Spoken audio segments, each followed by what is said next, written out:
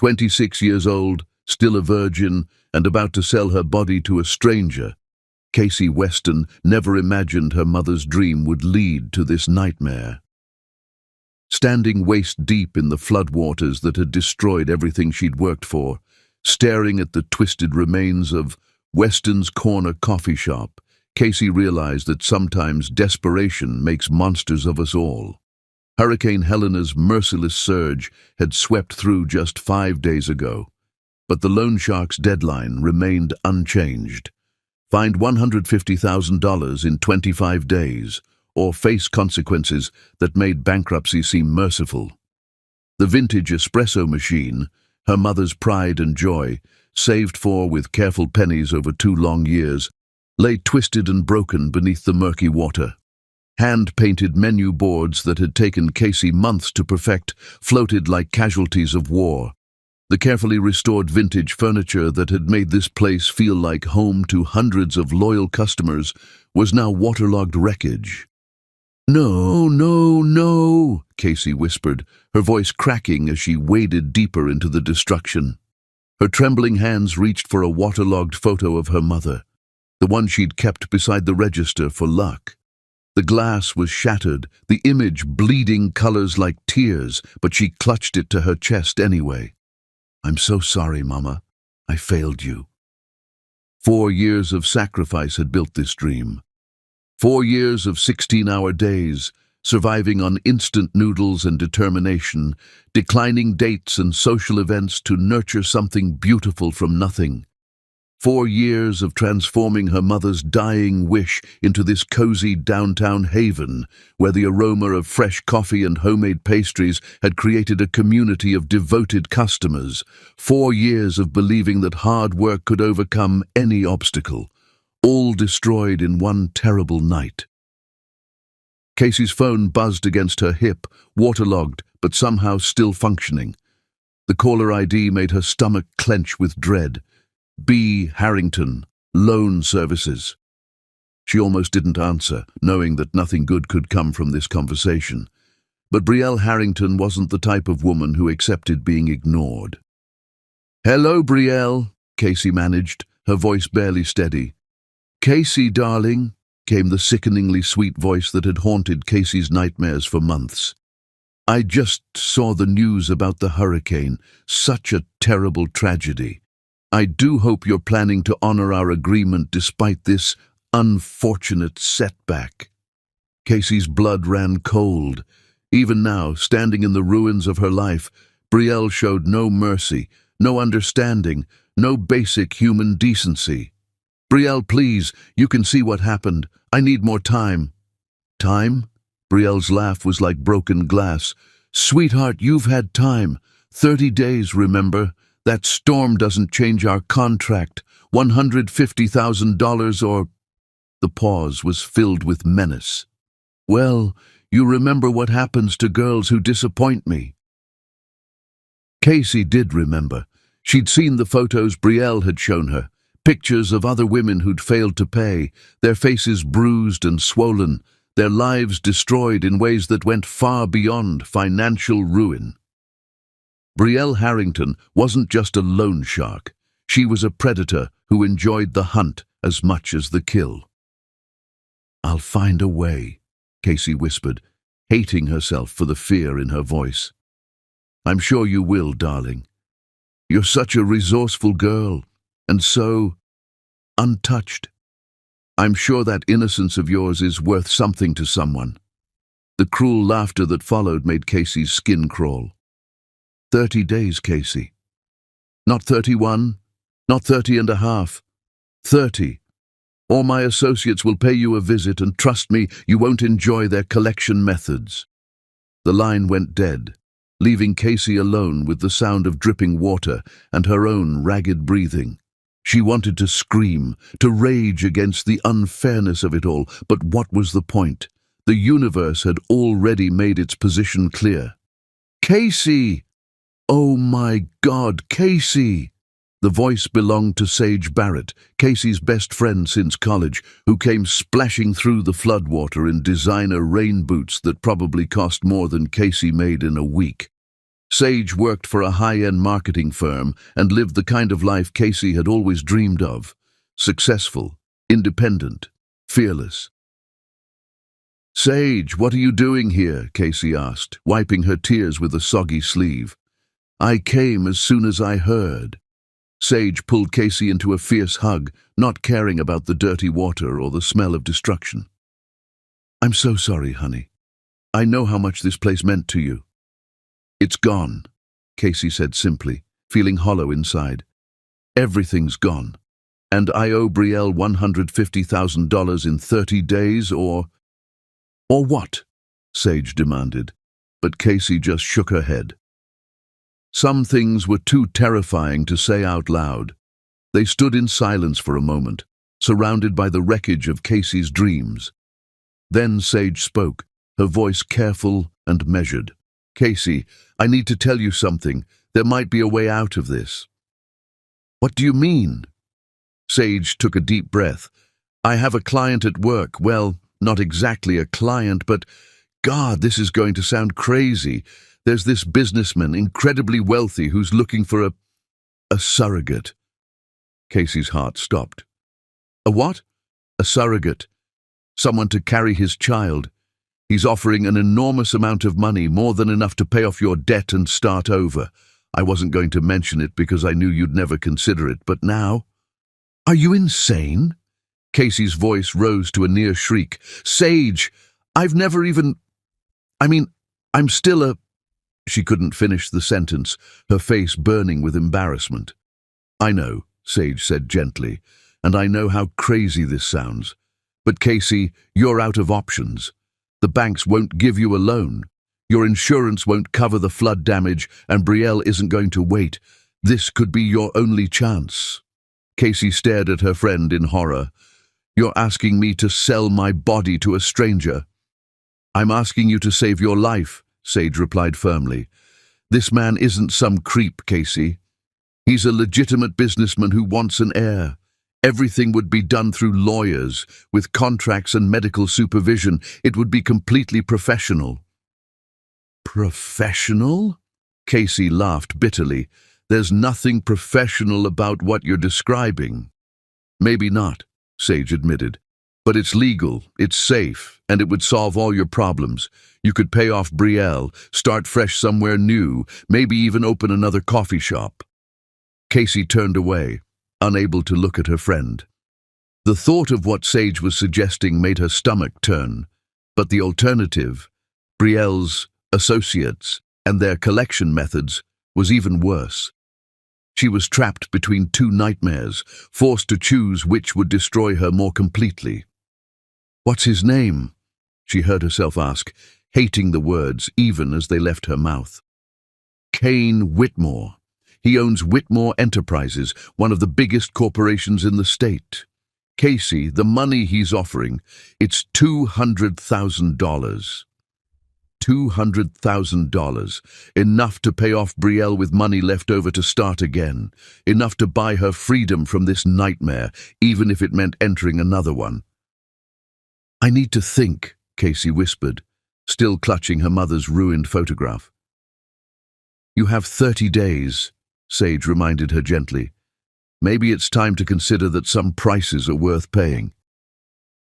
As Casey stood in the ruins of her mother's dream, surrounded by the wreckage of everything she'd ever worked for, she realized that Sage was right about one thing. She was out of options. The flood had washed away more than her coffee shop. It had washed away her choices, her pride, and her innocence about how cruel the world could be.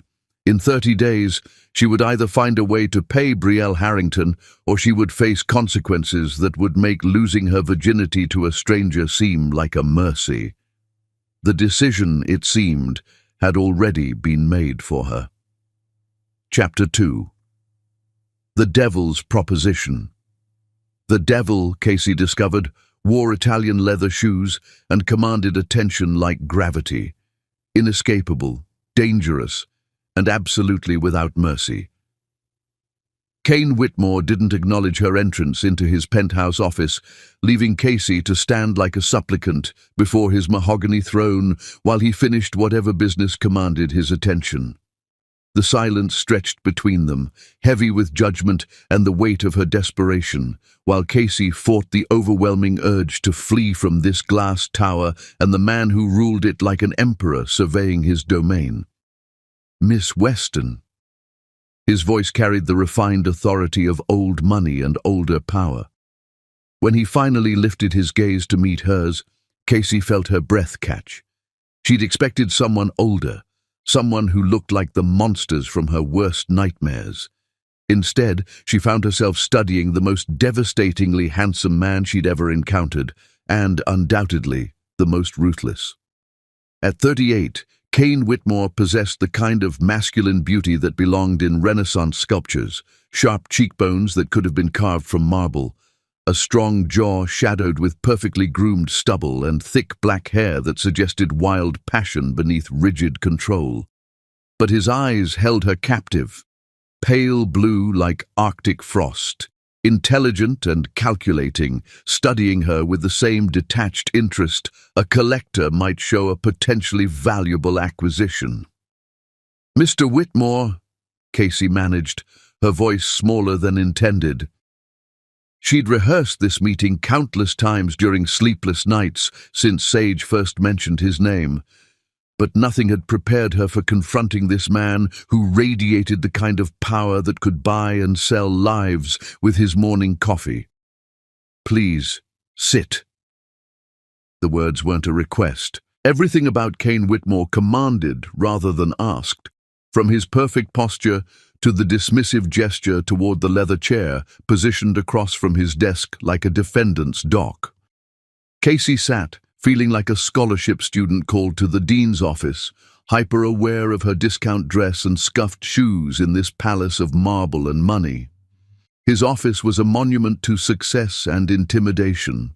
Floor-to-ceiling windows offered a commanding view of the city sprawled far below, while museum-quality artwork adorned walls that probably cost more than most people's homes.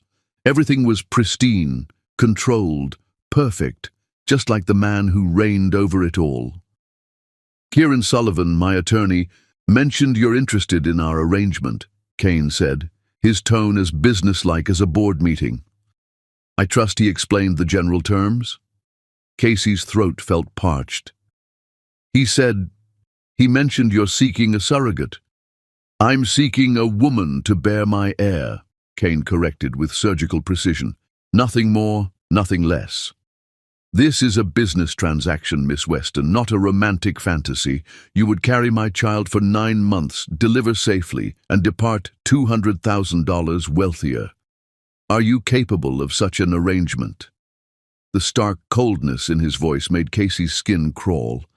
He discussed creating human life the same way others might negotiate livestock purchases.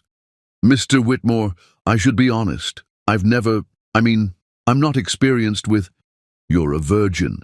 He stated it like commenting on the weather, completely matter of fact. "I'm aware. Mr. Sullivan conducted preliminary research." Casey's face burned with humiliation. "You investigated me." "Miss Weston, you would potentially carry my child, my heir. Did you honestly believe I wouldn't research every aspect of your life, health, and character?" His smile was sharp enough to draw blood.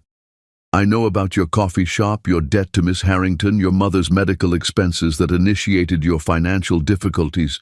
I know you've maintained exactly 2 romantic relationships, both ending before physical intimacy. I know you graduated summa cum laude from State University with a business degree, and I know your only legal infractions are 3 parking violations." Each revelation felt like a violation, stripping away privacy and dignity with surgical precision. "You had no right." "I had every right," Kane interrupted, his voice slicing through her protest like a blade.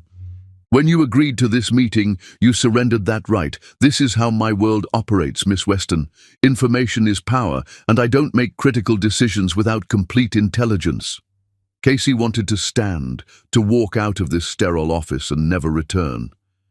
But Brielle's voice echoed in her memory, along with those horrifying photographs, and she remained seated, loathing herself for her cowardice. The terms are non-negotiable, Kane continued, sliding a thick document across his desk. You would reside at my estate during pregnancy for medical supervision and security. All needs would be provided, including premier medical care. In return, you would follow all medical recommendations, maintain optimal health, and deliver a healthy child. Upon successful completion, you would receive $200,000 and relinquish all parental rights. Casey stared at the contract without reading, words blurring together. Live at your estate? You would have private quarters, complete autonomy when medical supervision isn't required. My housekeeper, Delilah Park, would ensure your comfort. You would lack nothing. Except freedom. Something flickered in those pale blue eyes. Surprise, perhaps, or irritation. Freedom is a luxury you currently cannot afford, Miss Weston. Or have you forgotten why you're here? The reminder struck like a physical blow. Casey closed her eyes, seeing again her coffee shop's ruins, feeling again the terror in Brielle's voice during that morning's call. 24 days remaining. 24 days before Brielle's associates demonstrated their collection techniques. I need time to consider this, Casey whispered. You have until tomorrow noon, Kane replied without hesitation. After that, I proceed to the next candidate. Many women would embrace this opportunity, Miss Weston. Don't let pride override pragmatism. The insult stung, but Casey swallowed her angry response. Pride was another luxury she couldn't afford. That had drowned with everything else in Hurricane Helena's surge. If I agree, she said carefully, when would this arrangement commence? Immediately. Medical procedures would begin within a week, with conception occurring within the following month for optimal timing. His clinical tone made her stomach churn. The process would initially involve artificial insemination, but if unsuccessful, we would explore more traditional approaches. The euphemism hung between them like a sword. Casey's face burned with embarrassment and something else, a confusing flutter of awareness as she imagined what those traditional approaches might entail with this devastatingly handsome, utterly cold man. I understand, she managed. Do you? Kane leaned back, studying her with those calculating eyes. Because I want absolute clarity about what you would be accepting, Miss Weston. You would belong to me for 9 months. Your body, your time, your very existence would be mine to direct. I don't tolerate disobedience, and I have no patience for emotional dramatics. You would do exactly as instructed when instructed without question or complaint. In exchange, you would be compensated generously and treated with basic courtesy. Nothing more. The word belong sent chills down Casey's spine. She would belong to him, like property, like one of his expensive possessions displayed in this sterile office. What about afterward? She heard herself ask. After the baby arrives? You disappear from our lives completely. No contact, no visits, no maternal instincts or reconsiderations. The child would be mine alone to raise. You would be compensated and forgotten. Forgotten. The word echoed in the silence, final as a tombstone inscription. Casey stared at this man who spoke of creating life and discarding its mother with the same ruthless efficiency he probably used to close corporate acquisitions. You're asking me to abandon my child, she said softly. I'm asking you to fulfill a contract, Kane corrected harshly. The emotional attachment you're imagining is precisely why this arrangement includes psychological evaluation and counseling. You would be carrying my heir, not your child. The sooner you understand that distinction, the smoother this will proceed for everyone involved. Casey felt something breaking inside her, some last vestige of the innocent girl who'd believed love and kindness mattered more than money and power. This man wasn't just asking her to carry his child. He was asking her to sell her soul. But sitting in that magnificent office, surrounded by luxury beyond her wildest dreams, Casey realized that souls were simply another commodity in Kane Whitmore's world, and hers, apparently, was valued at exactly $200,000. "I'll provide my answer tomorrow," she said, standing on unsteady legs. "Mr. Sullivan will escort you out," Kane replied, already returning attention to his papers, dismissing her as easily as any other business transaction. As Casey walked toward the door, she caught her reflection in the floor-to-ceiling windows, small, frightened, completely out of place in this world of power and privilege. In 24 days, she would either belong to this ruthless, beautiful man or to Brielle Harrington's enforcers. Either way, Casey Weston, the girl who dreamed of love and happy endings, was about to disappear forever. The only question was whether she would go willingly or be dragged screaming into whichever hell awaited her. Chapter 3. Innocence in the Lion's Den. Signing her name on the contract felt like signing away her soul, but Casey Weston had learned that sometimes survival requires sacrificing everything you once considered sacred. The pen felt like lead in her trembling hand as she wrote Casey Weston for what felt like the final time as a free woman. Tomorrow she would belong to Kane Whitmore, body, mind, and soul, for the next 9 months. The bitter irony wasn't lost on her that she was trading one form of ownership for another, choosing the devil she barely knew over the one who'd already demonstrated the depths of human cruelty. "Excellent choice," Kieran Sullivan said, his professionally cheerful tone masking what felt like a funeral. "Mr. Whitmore's car will collect you at 9 tomorrow morning. Pack lightly. Everything you require will be provided at the estate." Casey nodded numbly, still staring at her signature.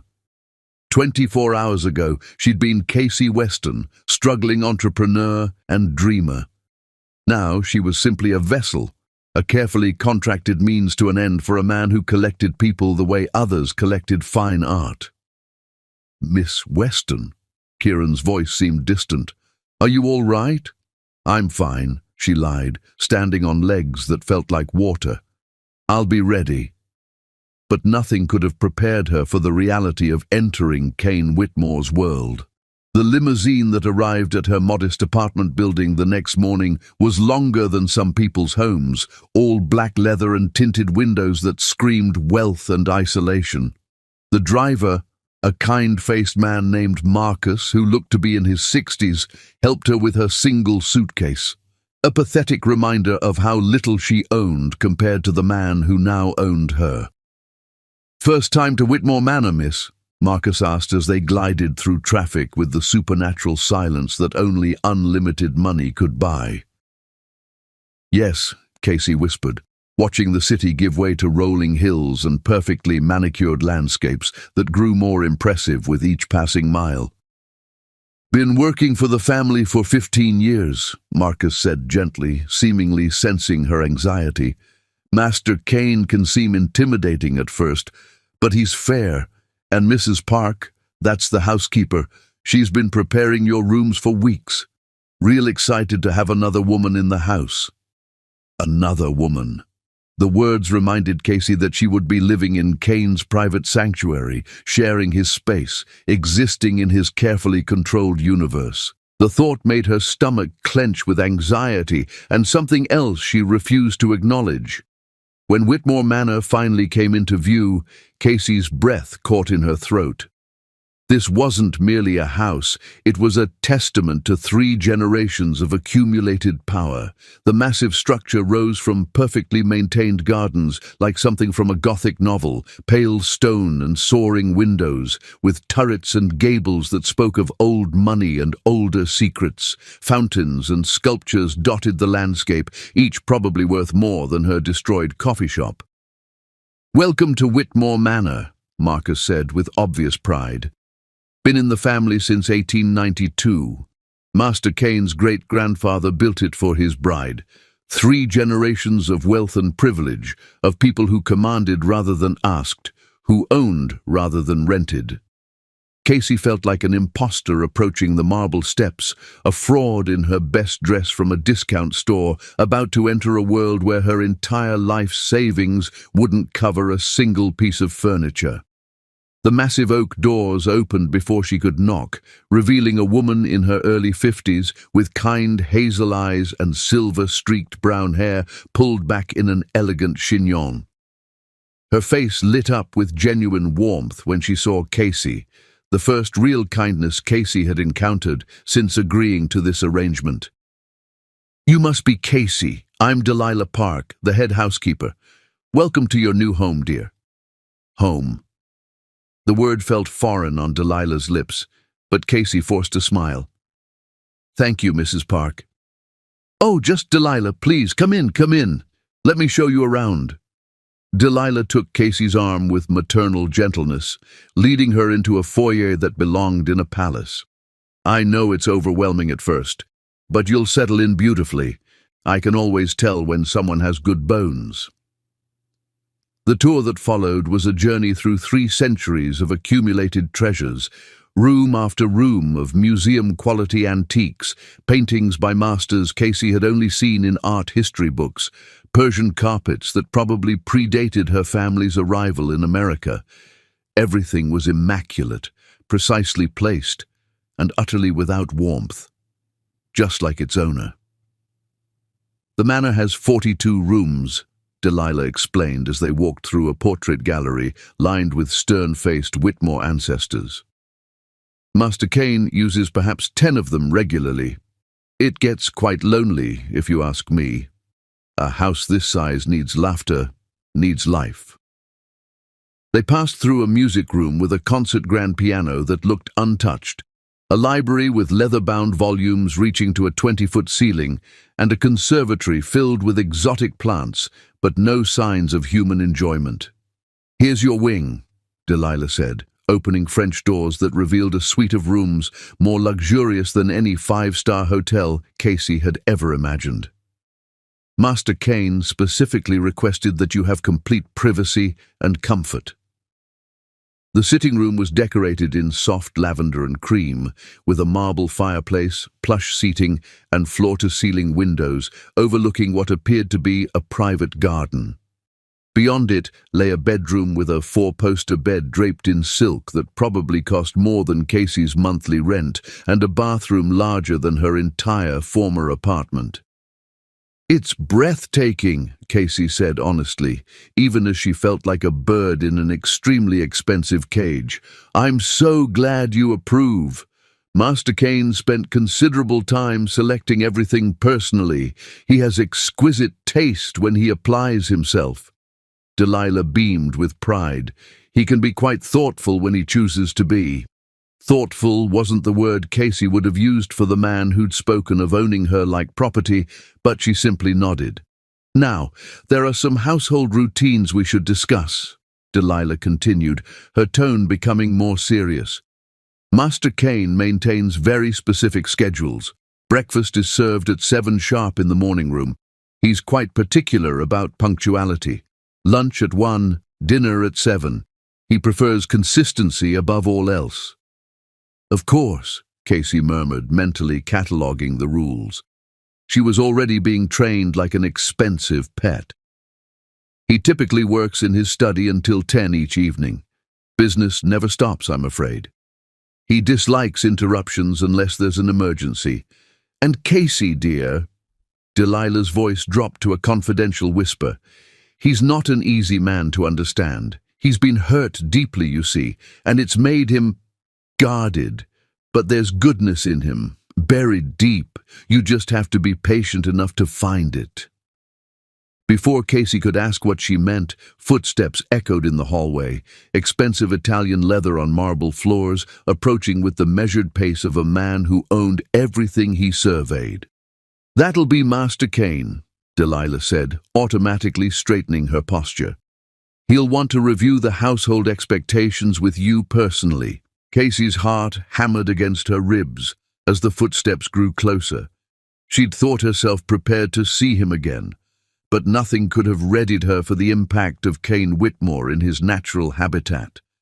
He appeared in the doorway like a king surveying his newest acquisition, impeccably dressed in a charcoal grey suit that emphasized his impressive height and broad shoulders. His pale blue eyes swept over her from head to toe with clinical assessment, and Casey fought the urge to wrap her arms around herself defensively. "Miss Weston," his voice carried the same controlled authority she remembered. "I trust the accommodations meet your standards?" "They're extraordinarily generous, thank you," Casey managed, hating how small her voice sounded in the spacious room. "Delilah, please give us privacy."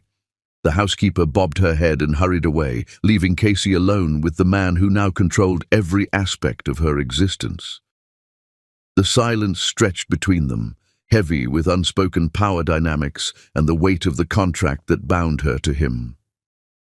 "There are rules," Kane said without preamble, moving to stand by the windows with his hands clasped behind his back. "You will take meals at the designated times. You will maintain a regular exercise routine under medical supervision. You will attend all scheduled appointments without complaint. You will not leave the estate grounds without my explicit permission." Each rule felt like another link in an invisible chain. "You're making me your prisoner." "I'm protecting my investment," Kane corrected without turning around. "You are carrying my heir, Miss Weston.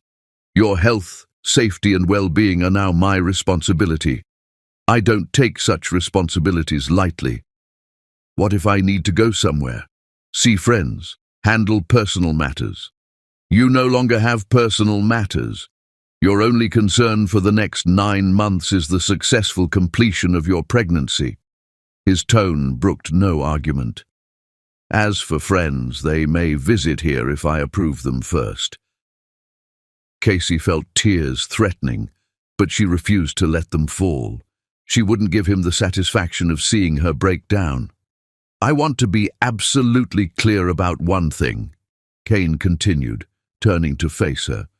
The intensity in his pale blue eyes made her pulse quicken against her will. "This arrangement is temporary. You are here to provide a service, nothing more. Don't mistake my providing for your comfort as anything resembling affection or personal interest. You are a necessity, not a welcome addition to my household." The cruelty in his words hit her like physical blows, but Casey lifted her chin defiantly. "I understand perfectly, Mr. Whitmore. You want to ensure I don't develop any inconvenient feelings that might complicate your business transaction." Something flickered in his eyes, surprise perhaps that she'd spoken back to him. "Precisely. I'm pleased we understand each other." "We do," Casey said, though inside she was screaming. "Is there anything else, or may I settle into my accommodations?" For a long moment, they stared at each other across the beautiful room that would be her prison for the next 9 months. Casey saw something in his expression that confused her. Was it regret? Longing? But it disappeared so quickly she might have imagined it. "Dinner is at 7, he said finally. "Don't be late." He turned and walked away, leaving Casey alone with the scent of his expensive cologne and the crushing realization that she'd just entered a world where love was a luxury she could no longer afford, and kindness was a weakness that men like Kane Whitmore had long since abandoned. As she unpacked her meager belongings in the palatial suite, Casey caught sight of herself in the ornate mirror above the antique dresser. The girl looking back was still recognizable, but something in her eyes had already changed.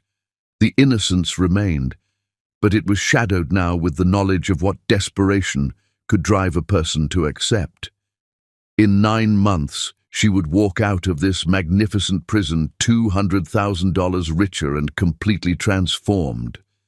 The question was whether anything of the real Casey Weston would survive the transformation, or if she would emerge as emotionally barricaded as the man who now owned her soul.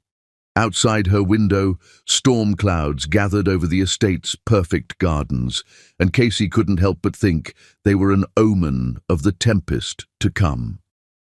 Chapter 4. Hearts Behind Walls. The moment Casey had been dreading and secretly anticipating for 3 weeks arrived on a rain-soaked Thursday evening, announced not by trumpets or ceremony, but by Dr. Elizabeth Hartwell's clinical pronouncement: "The artificial insemination attempts have been unsuccessful. We'll need to proceed with natural conception." Casey's hands trembled as she clutched the silk robe Delilah had laid out for her, the expensive fabric feeling like armor that wouldn't protect her from what was about to happen. 3 weeks of medical procedures, of being treated like a prize mare being prepared for breeding, had led to this moment when she would finally have to face the most intimate act of her life with a man who looked at her like a business investment. "Miss Weston." Dr. Hartwell's voice seemed to come from very far away. "Are you ready?" Ready. As if anyone could be ready to lose their virginity to a stranger as part of a financial transaction. But Casey nodded, knowing that Brielle Harrington's deadline had passed 2 weeks ago, and only Kane's intervention had kept her safe from consequences that would have been far worse than this clinical seduction. The walk from the medical suite to Kane's private quarters felt like a funeral march. Each step on the marble floors echoed through the silent hallway, while Casey's heart hammered against her ribs so loudly she was certain the entire household could hear it. Delilah had tried to reassure her with warm smiles and motherly pats, but nothing could ease the terror and confusion swirling in Casey's mind. What kind of man makes love to a woman he's paid for? What kind of woman agrees to it? She paused outside his door, raising her hand to knock when his voice came through the heavy wood. "Come in, Casey." He'd been waiting for her. Somehow, that made it both better and infinitely worse. Kane's bedroom was a study in masculine luxury. Dark woods, rich fabrics, and a massive 4-poster bed that dominated the space like an altar of temptation. He stood by the fireplace, still wearing his shirt and trousers, but his tie was gone and the top buttons of his shirt were undone, revealing a tantalizing glimpse of the chest she would soon know intimately. "You look terrified," he observed, his voice softer than she'd ever heard it. "I am terrified," Casey admitted, seeing no point in pretending otherwise. This isn't exactly how you imagined your first time would be."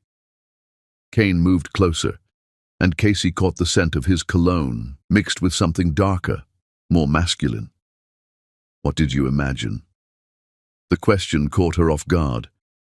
For 3 weeks, he'd treated her with cold politeness, discussing her condition and needs with the same detachment he might show a favored pet. This was the first time he'd asked her anything personal. "Love," she whispered, hating how naive it sounded. "I imagined love." Something flickered across his features, pain, perhaps, or regret. But it was gone so quickly she might have imagined it. "Love is a luxury neither of us can afford tonight," he said, moving to pour himself a glass of whiskey from the crystal decanter on his dresser. "But that doesn't mean this has to be unpleasant for you." Casey watched him drink, noting the slight tremor in his hands that suggested he wasn't as unaffected as he pretended. "Are you nervous too?" The question seemed to startle him. "I don't get nervous, Miss Weston." "Casey," she corrected softly. If we're going to, shouldn't you at least call me by my first name?" He set down his glass and turned to study her with those pale blue eyes that had haunted her dreams for weeks. "Casey," he said, and the way her name sounded on his lips made something flutter deep in her belly. "Are you asking me to pretend this is something other than what it is?" "I'm asking you to pretend I'm human," she replied, surprised by her own boldness. "For tonight, couldn't you pretend that I'm more than just a vessel for your air?" The silence that followed was so thick Casey could almost taste it. Kane moved toward her with the predatory grace she'd noticed that first day in his office. But there was something different in his approach now, a careful consideration that hadn't been there before. "You are human," he said, when he was close enough that she could see the dark flecks in his pale eyes. "And you deserve better than this, better than me." The admission hung between them like a confession, revealing more vulnerability than Casey had ever expected from this cold, controlled man. "Then why?" she asked. "Why this arrangement? You could have any woman you wanted." "Could I?" His smile was bitter. "Women want my money, Casey. They want the lifestyle, the status, the security. None of them want the man underneath all of this." He gestured to the opulent room around them. "At least with you, I know exactly what the transaction entails." "Maybe you've been looking in the wrong places," Casey said softly, and immediately regretted it when his expression hardened. "Don't," he warned. "Don't try to psychoanalyze me or imagine you can fix whatever's broken in me. This is a business arrangement, nothing more." But even as he spoke the harsh words, his hand rose to cup her cheek with surprising gentleness. Casey's breath caught at the contact, her skin burning where he touched her. "I'll be as gentle as I can," he promised, and there was something in his voice that made her believe him. "But I can't give you love, Casey. I don't have any left to give." "What happened to it?" she found herself asking, even though she knew she was crossing a line. For a moment, she thought he wouldn't answer. Then, "It was beaten out of me long ago, by a father who thought affection was weakness, and a woman who proved him right." The pain in his voice was so raw that Casey's heart ached for him. Without thinking, she reached up to cover his hand with hers, offering the only comfort she could give. "I'm sorry," she whispered. "Don't be sorry for me," Kane said, but he didn't pull his hand away. "I chose this life. I chose to become exactly what my father wanted, successful, powerful, and completely alone." "Alone doesn't have to mean lonely," Casey said, and saw something crack in his carefully constructed facade. "Doesn't it?" He moved closer until his body was almost touching hers, until she could feel the warmth radiating from his skin. "You'll leave when this is over, Casey. They always leave." The sadness in his voice broke something open in Casey's chest. This wasn't the cold, calculating businessman who'd laid out the terms of their arrangement. This was a man who'd been hurt so deeply that he'd built walls around his heart and convinced himself they were necessary for survival. "Maybe," she said softly, "but I'm here now." The words seemed to affect him more than she'd expected. His thumb traced along her cheekbone with reverent gentleness, and when he looked at her, Casey saw something in his eyes that made her breath catch. Hunger, yes, but also a longing so deep it made her chest tight with unexpected emotion. "Casey," he murmured, her name a prayer on his lips. "Are you certain about this? Because once we cross this line, there's no going back." She thought of all the reasons she should say no, the contract that bound them, the cold way he'd treated her, the fact that this would be her first time with a man who'd paid for the privilege. But she also thought of the pain in his voice when he'd spoken of being alone, the gentleness in his touch, the way he'd said her name like it meant something to him. "I'm certain," she whispered, and meant it. What followed was unlike anything Casey had ever imagined. Kane undressed her with a reverence that bordered on worship, his hands trembling slightly as he revealed skin that had never been touched by another. When she was finally bare before him, he looked at her like she was something precious and fragile, something to be treasured rather than simply used. "You're beautiful," he said, and the wonder in his voice made tears spring to her eyes. "So are you," she replied, and watched his expression shift to something that looked almost like surprise. When he finally joined her on the massive bed, his touch was everything he'd promised: gentle, patient, careful of her innocence. He kissed her like she was made of spun glass, his lips soft against hers, his hands mapping her body with an artist's attention to detail. "I want to make this good for you," he whispered against her throat. And Casey believed him. What surprised her most was how naturally her body responded to his. Every touch sent fire racing through her veins. Every kiss made her arch against him with growing need.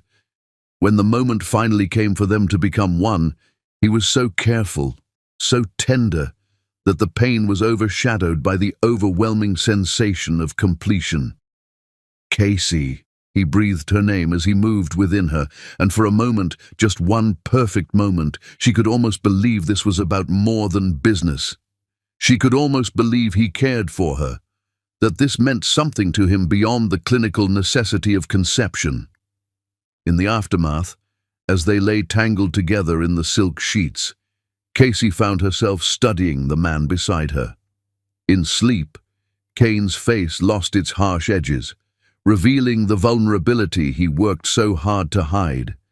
His arm was still around her waist, holding her close even in unconsciousness, as if he was afraid she might disappear. For the first time since arriving at the estate, Casey felt something other than fear or resentment. She felt something that terrified her more than Kane's coldness or Brielle's threats ever had. She felt hope. And hope, Casey was beginning to realize, was the most dangerous emotion of all when it came to a man like Kane Whitmore, a man who'd convinced himself that love was a luxury he couldn't afford, even as his actions suggested he craved it more than anything money could buy. Chapter 5. 3 miracles, 1 broken heart. At 34 weeks pregnant, Casey Weston thought she had 6 more weeks to prepare for motherhood. She was wrong by exactly 3 hours and 17 minutes. The first contraction hit like lightning at 2:43 in the morning, ripping her from dreams of faceless children calling her name to a reality where her body was no longer under her control. Casey had spent 7 months carefully monitored, pampered, and protected like the precious cargo she carried, but nothing had prepared her for this, the terrifying reality that her body was about to bring 3 lives into the world, whether anyone was ready or not. "Kane!" she gasped, her voice echoing through the private wing as another wave of pain crashed over her. For 7 months, he'd maintained careful distance, checking on her health with clinical detachment, while fighting the growing warmth in his eyes that Casey had learned to treasure like stolen glimpses of sunlight. The door to her bedroom burst open before she could call again, revealing Kane in nothing but sleep pants, his hair disheveled and his face pale with alarm that seemed to surprise them both. For 7 months, he'd been the controlled businessman, but now he looked like any expectant father facing his worst fears. "How long have you been in labor?" he demanded, already reaching for his phone to call Dr. Hartwell. "Just started," Casey panted, gripping the silk sheets as another contraction rolled through her. "Kane, it's too early. Dr. Hartwell said babies born at 34 weeks need intensive care." "Triplets often come early," he said, but she could hear the worry beneath his controlled tone. "Dr. Hartwell warned us this might happen. The baby's lungs should be developed enough." The next hours blurred together in a haze of pain, medical equipment, and voices speaking in urgent tones about preterm labor and emergency procedures. But through it all, Kane remained at her side, his hand clasping hers with a desperation that spoke of feelings he'd never acknowledged aloud. "You're doing beautifully," he whispered during a brief respite between contractions, his thumb stroking over her knuckles. "Our children are going to be fighters, just like their mother. Our children." The words slipped out so naturally that Casey almost didn't catch them, but when she did, her heart clenched with dangerous hope. For 7 months, Kane had referred to them as The babies, or my heir, never our children, never with the possessive warmth that suggested she might be more than just a vessel carrying his legacy. "Cain," she began, but another contraction cut off her words, this one so intense that stars exploded behind her closed eyelids. "They're coming," Dr. Hartwell announced from the foot of the bed. "Casey, I need you to push." What followed was the most intense experience of Casey's life, waves of pain that seemed to tear her apart and rebuild her stronger, all while Cain held her hand and whispered encouragement that sounded more like prayers. When the first cry pierced the air, Casey sobbed with relief and exhaustion. "It's a girl," Dr. Hartwell announced, placing the tiny, perfect baby on Casey's chest. 4 pounds, 2 ounces, but breathing well. Casey stared down at the miracle in her arms, barely the size of a doll, but with such determined lungs and dark hair like her father's. "Hello, beautiful," she whispered, feeling her heart expand in ways she'd never imagined possible. "She's perfect," Cain said, his voice thick with an emotion Casey had never heard from him before. When Dr. Hartwell placed their second daughter in his arms 10 minutes later, Casey watched the most powerful man she'd ever known crumble with the weight of instant, overwhelming love. "Another girl," the doctor announced. 4 pounds even. Look at those strong lungs. Casey looked at her family, because that's what they were in this moment, a family, and felt something shift inside her chest. These weren't just babies she'd carried for 7 months as part of a business arrangement. These were her children, pieces of her heart walking around outside her body, and she would die before she let anyone take them from her. "And here comes number 3, Dr. Hartwell said as the final baby made his entrance into the world with a cry that seemed to announce his displeasure at being evicted from his comfortable home. "A boy," Cain said, his voice barely above a whisper as he held their son. "Casey, we have a son." For a moment, Casey allowed herself to believe in the fairy tale. Here was Cain, the cold businessman who'd bought her services, looking at her like she'd given him the world. Here were their 3 children, healthy and perfect despite their early arrival. Here was the family she'd never dared to dream of having. Then Dr. Hartwell cleared her throat, and the spell shattered like crystal hitting concrete. "Mr. Whitmore, we need to discuss the birth certificates and custody arrangements. The legal department requires your instructions regarding the children's names and guardianship." Casey watched Cain's expression shift back to the controlled mask she knew so well, saw him remember that this wasn't a family moment. It was the completion of a business transaction. "Of course," he said, his voice cooling to its familiar professional tone. "According to our agreement, I'll be taking custody of all 3 children. Miss Weston has fulfilled her obligations admirably. All 3 children." The words hit Casey like physical blows. She'd known this moment would come, had signed papers agreeing to it, but holding her babies made the reality impossible to bear. "All 3, she heard herself say, her voice barely a whisper. Cain's jaw tightened. "The contract specified the birth of my heir. These are my children, Casey. I want all of them." Casey looked down at the 2 precious girls in her arms, then at the boy Cain held, with such careful tenderness. 7 months of pregnancy, hours of labor, and a lifetime of love condensed into 3 tiny humans, and he expected her to hand them over like property. "No," she said softly. "I beg your pardon." Casey raised her eyes to meet his, and Cain seemed to flinch at what he saw there. "Number. The contract specified 1 child. You can choose one, but I'm keeping the other 2. The silence that followed was deafening. Dr. Hartwell looked between them with obvious discomfort, while nurses bustled around the room pretending not to hear the most important conversation of Casey's life. "Casey," Cain said, his voice dangerously quiet, You signed an agreement. I signed an agreement for one child, Casey interrupted, surprising herself with her own strength. One child, Mr. Whitmore, not 3. You want more than the contract specifies?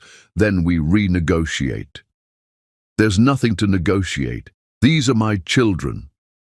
They're our children, Casey fired back, holding her daughters closer. I carried them for 7 months. I felt them move, heard their heartbeats, sang to them every night. I went through 17 hours of labor to bring them into this world.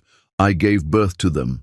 They know my voice, my heartbeat, my love. You can't just take them all because you have money, and I don't. Kane stood abruptly, their son still in his arms, and Casey saw something that looked like panic flash through his eyes. You're being emotional. The hormones from childbirth are affecting your judgment.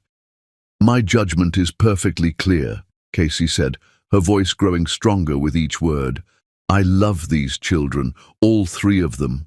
And love isn't something you can buy or sell or put in a contract. You want one child? Fine. But I'm keeping 2, and no amount of money or legal threats will change my mind. Casey, please, Kane said, and for a moment his careful control slipped, revealing a desperation that shocked her. I need them, all of them. They're my future, my legacy. They're children, not property, Casey replied firmly, and I'm their mother, not an incubator you rented for 7 months. The words hung between them like a battle line drawn in sand. Casey saw the exact moment when Kane realized she wasn't going to back down, when the businessman who was used to getting everything he wanted faced the one thing money couldn't buy, a mother's love for her children. What would you name them? He asked suddenly, his voice barely above a whisper. The question caught Casey off guard. What? If you keep 2 of them, what would you name them? Casey looked down at her daughters, then at their brother in Kane's arms. Hope, she said softly, touching the cheek of the girl on her left. Faith, she whispered to the one on her right. And Gabriel, she added, looking at their son. Hope, Faith, and Gabriel, Kane repeated, his voice thick with emotion. They're beautiful names. They're beautiful children, Casey said. All 3 of them deserve to be loved, not just provided for. Kane was quiet for a long moment, studying the baby in his arms. When he finally spoke, his voice was harder than winter ice. Fine. We'll let the courts decide. But I'm warning you, Casey, I have resources you can't imagine. I'll fight you with everything I have. Then we'll fight, Casey said, though her heart was breaking even as she spoke the words. But I won't let you take all my children. The contract says 1 child, and 1 child is what you'll get. As Kane walked out of the room with their son, their beautiful, perfect Gabriel, Casey held her daughters and cried for the fairy tale that had just died. For 7 months, she'd allowed herself to hope that maybe, just maybe, the cold man who'd bought her services had learned to love her. But watching him walk away with one of her children to prepare for legal battle proved that Kane Whitmore would always choose his wants over her heart. Hope, she whispered to her daughters. Faith, Mama's going to fight for you both, whatever it takes. The war for her children was about to begin, and Casey knew that no matter who won, they would all lose something precious in the process. But as she looked down at her daughters' sleeping faces, she also knew that some things were worth fighting for no matter the cost. Love was worth fighting for, her children were worth fighting for, and if Kane Whitmore wanted to take that away from her, he was going to learn that a mother protecting her young was the most formidable opponent he'd ever faced.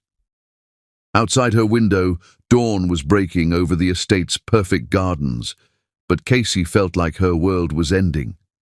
The man she'd fallen in love with had just proven that contracts mattered more to him than the family they'd created together. But as hope and faith stirred in her arms, Casey felt her resolve strengthen. She would fight for them, She would fight for all three of her children, even if it meant destroying any chance of love with their father, because some battles were more important than happy endings. Chapter 6. Battle Lines in Court.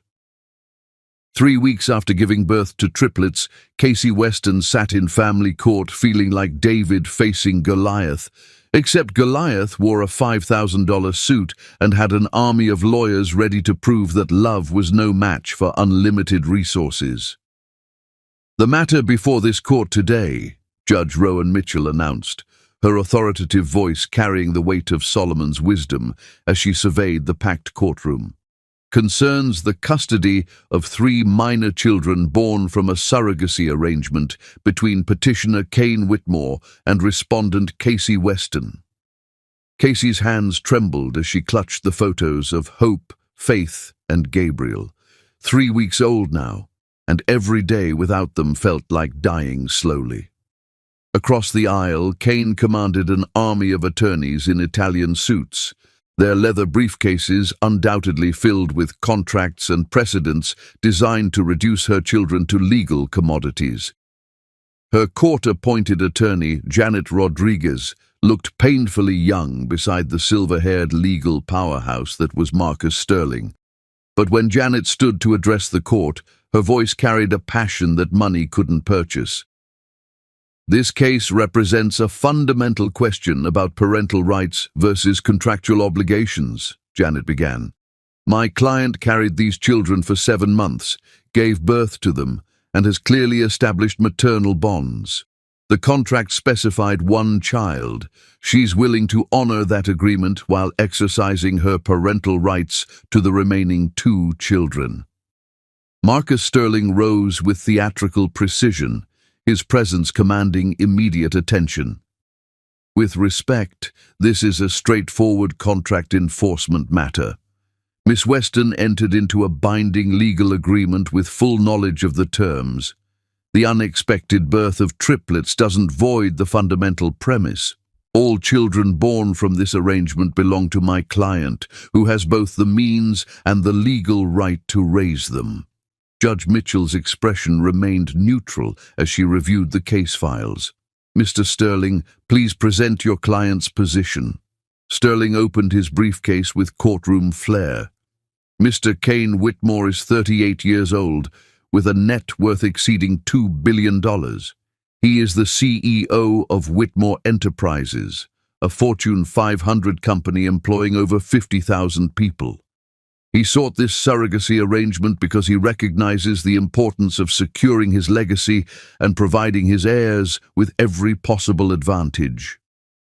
Casey forced herself to watch as Sterling painted Cain as the ideal father, wealthy, stable, capable of providing opportunities beyond most people's wildest dreams. She searched Cain's face during this character presentation, looking for any sign that this legal strategy caused him pain. "Miss Weston," Sterling continued, his tone becoming subtly dismissive, "is 26 years old, currently unemployed, and recently declared bankruptcy following the failure of her small business. She entered this arrangement purely for financial compensation, with complete understanding that she would relinquish all parental rights upon birth." "Objection," Janet called out sharply. "Counsel is presenting argument rather than evidence." "Sustained," Judge Mitchell ruled. "Mr. Sterling, please present facts rather than characterizations." But the damage was intentional. Casey felt the weight of every gaze in the courtroom, saw the judgment in faces of court reporters and spectators who'd come to witness this public dissection of her most private anguish. "I call Mr. Whitmore to the stand," Sterling announced. Casey's heart clenched as Cain walked to the witness box. Even in this setting, he commanded attention.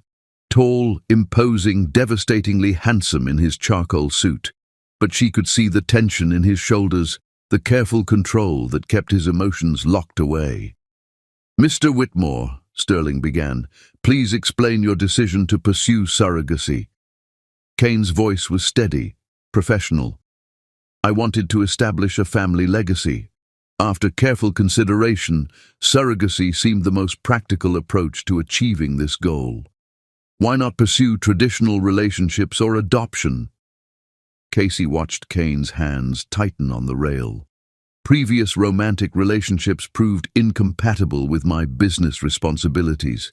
Adoption involves lengthy procedures with uncertain outcomes. Surrogacy offered clear parameters and expectations. What kind of father do you intend to be? For the first time, something genuine flickered across Kane's features. I intend to provide my children with every advantage: superior education, unlimited opportunities, complete financial security. They will want for nothing. And Miss Weston's role in their future? Kane's eyes found Casey's across the courtroom, and she saw something that made her breath catch. Was it regret? Longing? According to our agreement, Miss Weston would have no ongoing relationship with the children. No further questions, Sterling said, clearly satisfied with his client's controlled testimony. Janet Rodriguez stood for cross-examination, and Casey held her breath.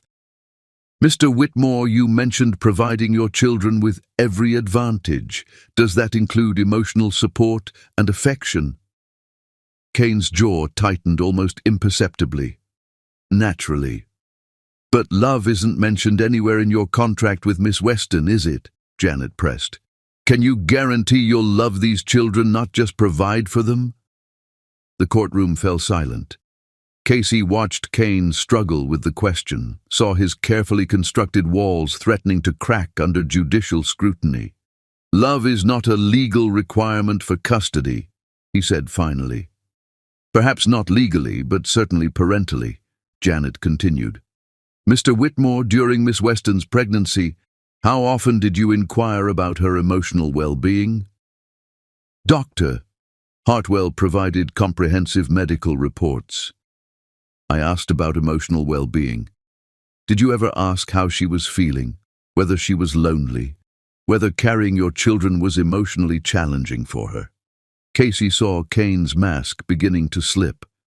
Our arrangement was intended to be professional. Professional, Janet repeated. So you treated the woman carrying your children like a hired employee? Objection, Sterling called out. Argumentative. Sustained, Judge Mitchell ruled, but the point had been made. Mr. Whitmore, Janet continued, you testified that previous relationships were incompatible with business responsibilities. Isn't it true that you simply don't know how to maintain emotional relationships? Sterling shot to his feet. Objection. Calls for speculation about the witness's psychological state. I'll allow it, Judge Mitchell said. Answer the question, Mr. Whitmore. Kane was silent for a long moment. I prefer arrangements with clear boundaries and defined expectations. Because emotional attachments are messy and unpredictable. Because they lead to disappointment and betrayal, Kane said quietly, and Casey's heart broke a little at the pain in his voice. Janet returned to her table and Casey was called to testify. Walking to the witness stand felt like walking to her own judgment, every eye tracking her movement. Miss Weston, Janet began gently, please tell the court about your relationship with your children. Casey's voice was barely above a whisper at first. I love them. From the moment I felt them move inside me, I loved them completely. When did you realize you couldn't surrender all 3 children? The moment they were born, Casey said, her voice growing stronger. When I held hope and faith for the first time, when I saw Gabriel in Kane's arms, I realized they weren't just children I'd carried. They were my children, pieces of my soul walking around outside my body. Why are you willing to honor the contract regarding 1 child but not 3? Casey looked directly at Judge Mitchell. Because that's what our agreement specified. 1 child. I may not have Mr. Whitmore's resources, but I honor my commitments. However, I won't be compelled to surrender more than I agreed to simply because circumstances changed. How do you plan to support 2 children? I'll work multiple jobs if necessary, Casey said fiercely. I'll provide them with love, attention, and emotional security. Children need more than trust funds. They need parents who are emotionally present. Sterling's cross-examination was surgical, designed to expose Casey as an opportunistic woman attempting to renegotiate after accepting payment. Miss Weston, Sterling said condescendingly, isn't it true that you're fighting for these children because you realize they could be leveraged for additional financial support from my client? No, Casey said firmly. I'm fighting for them because I'm their mother, and a mother protects her children, even from their biological father. Casey looked across the courtroom at Kane, seeing him not as the cold businessman who'd purchased her services, but as the man who'd held her hand during labor, who'd looked at their children with such overwhelming love. Kane could be an excellent father, she said softly, but being a parent requires more than financial provision. It means being emotionally available, prioritizing your children's needs over your own desires. Objection, Sterling called out, but Casey had said what needed to be said. Judge Mitchell called for a 30-minute recess. As the courtroom emptied, Casey found herself alone with the terrible knowledge that regardless of the judge's decision, her heart would be shattered. She'd fallen in love with a man who saw her as a service provider, and she'd brought 3 children into the world who might never know what it meant to have a complete family because their parents were too wounded to bridge the gap between duty and love. When court reconvened, both sides presented closing arguments that felt more like eulogies for a family that might have been. Sterling emphasized contract law and financial security. Janet spoke passionately about maternal rights and emotional bonds. Finally, Judge Mitchell was ready to speak. This case has challenged my understanding of family law and human nature, she began. Both parties have presented compelling arguments. Mr. Whitmore offers financial security and stability. Miss Weston offers maternal love and emotional commitment.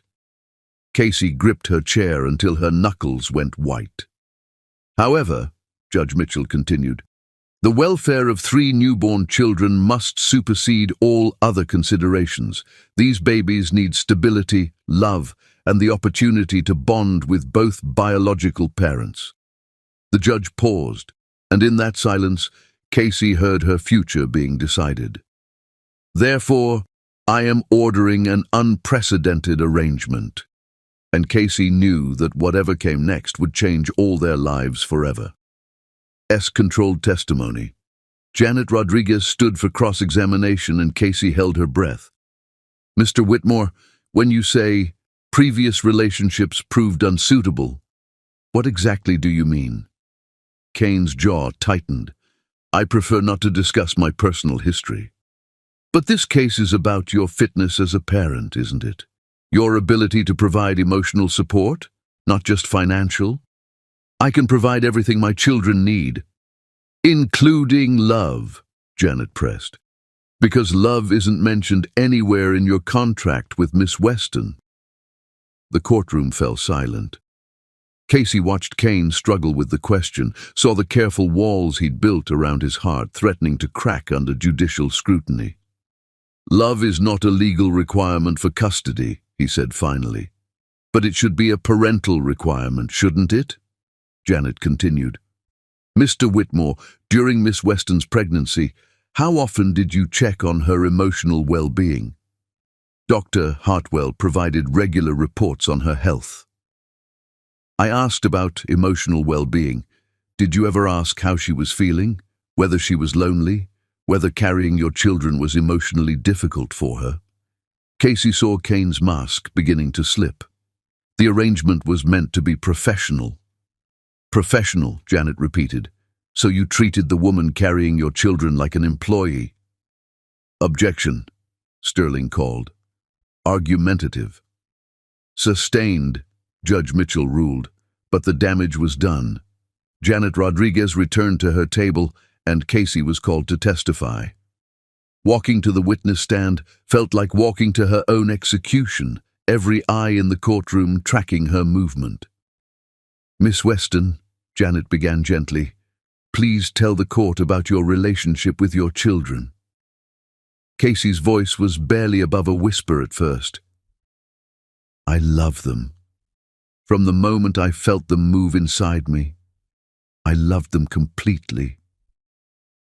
"When did you first realize you wouldn't be able to give up all 3 children?" "The moment they were born," Casey said, her voice growing stronger. "When I held hope and faith for the first time, when I saw Gabriel in Cain's arms, I realized they weren't just the children I'd carried for 9 months. They were my children, pieces of my heart walking around outside my body. Why are you willing to honor the contract for 1 child but not 3? Casey took a deep breath, looking directly at Judge Mitchell. "Because that's what the contract says. 1 child. I may be poor, Your Honor, but I keep my word. I'll honor our agreement, as painful as it will be. But I won't be forced to give up more than I agreed to just because Mr. Whitmore has decided he wants a bigger family. And if you're awarded custody of 2 children, how do you plan to support them?" "I'll work 3 jobs if I have to," Casey said fiercely. "I'll give them all the love they deserve, even if I can't give them trust funds and private schools. Children need love more than money." Sterling's cross-examination was brutal, designed to paint Casey as an opportunistic woman trying to renegotiate a deal after taking Cain's money. But Casey held her ground, her love for her children giving her strength she didn't know she possessed. "Miss Weston," Sterling said, his tone condescending, "isn't it true that you're only fighting for these children now because you realize you could use them to extract more money from my client?" "No," Casey said firmly. "I'm fighting for them because I'm their mother, and a mother protects her children, even from their own father." Casey looked across the courtroom at Cain, seeing him not as the cold businessman who'd bought her services, but as the man who'd held her hand during labor, who'd looked at their son with such overwhelming love. "Cain could be a wonderful father," she said softly, "but being a father means more than providing money. It means being present, being emotionally available, being willing to put your children's needs before your own desires." The courtroom erupted with the sound of Sterling's objection, but Casey had said what she needed to say. Judge Mitchell called for a recess, and as the courtroom emptied, Casey found herself alone with her thoughts and the terrible knowledge that no matter what the judge decided, her heart would be broken.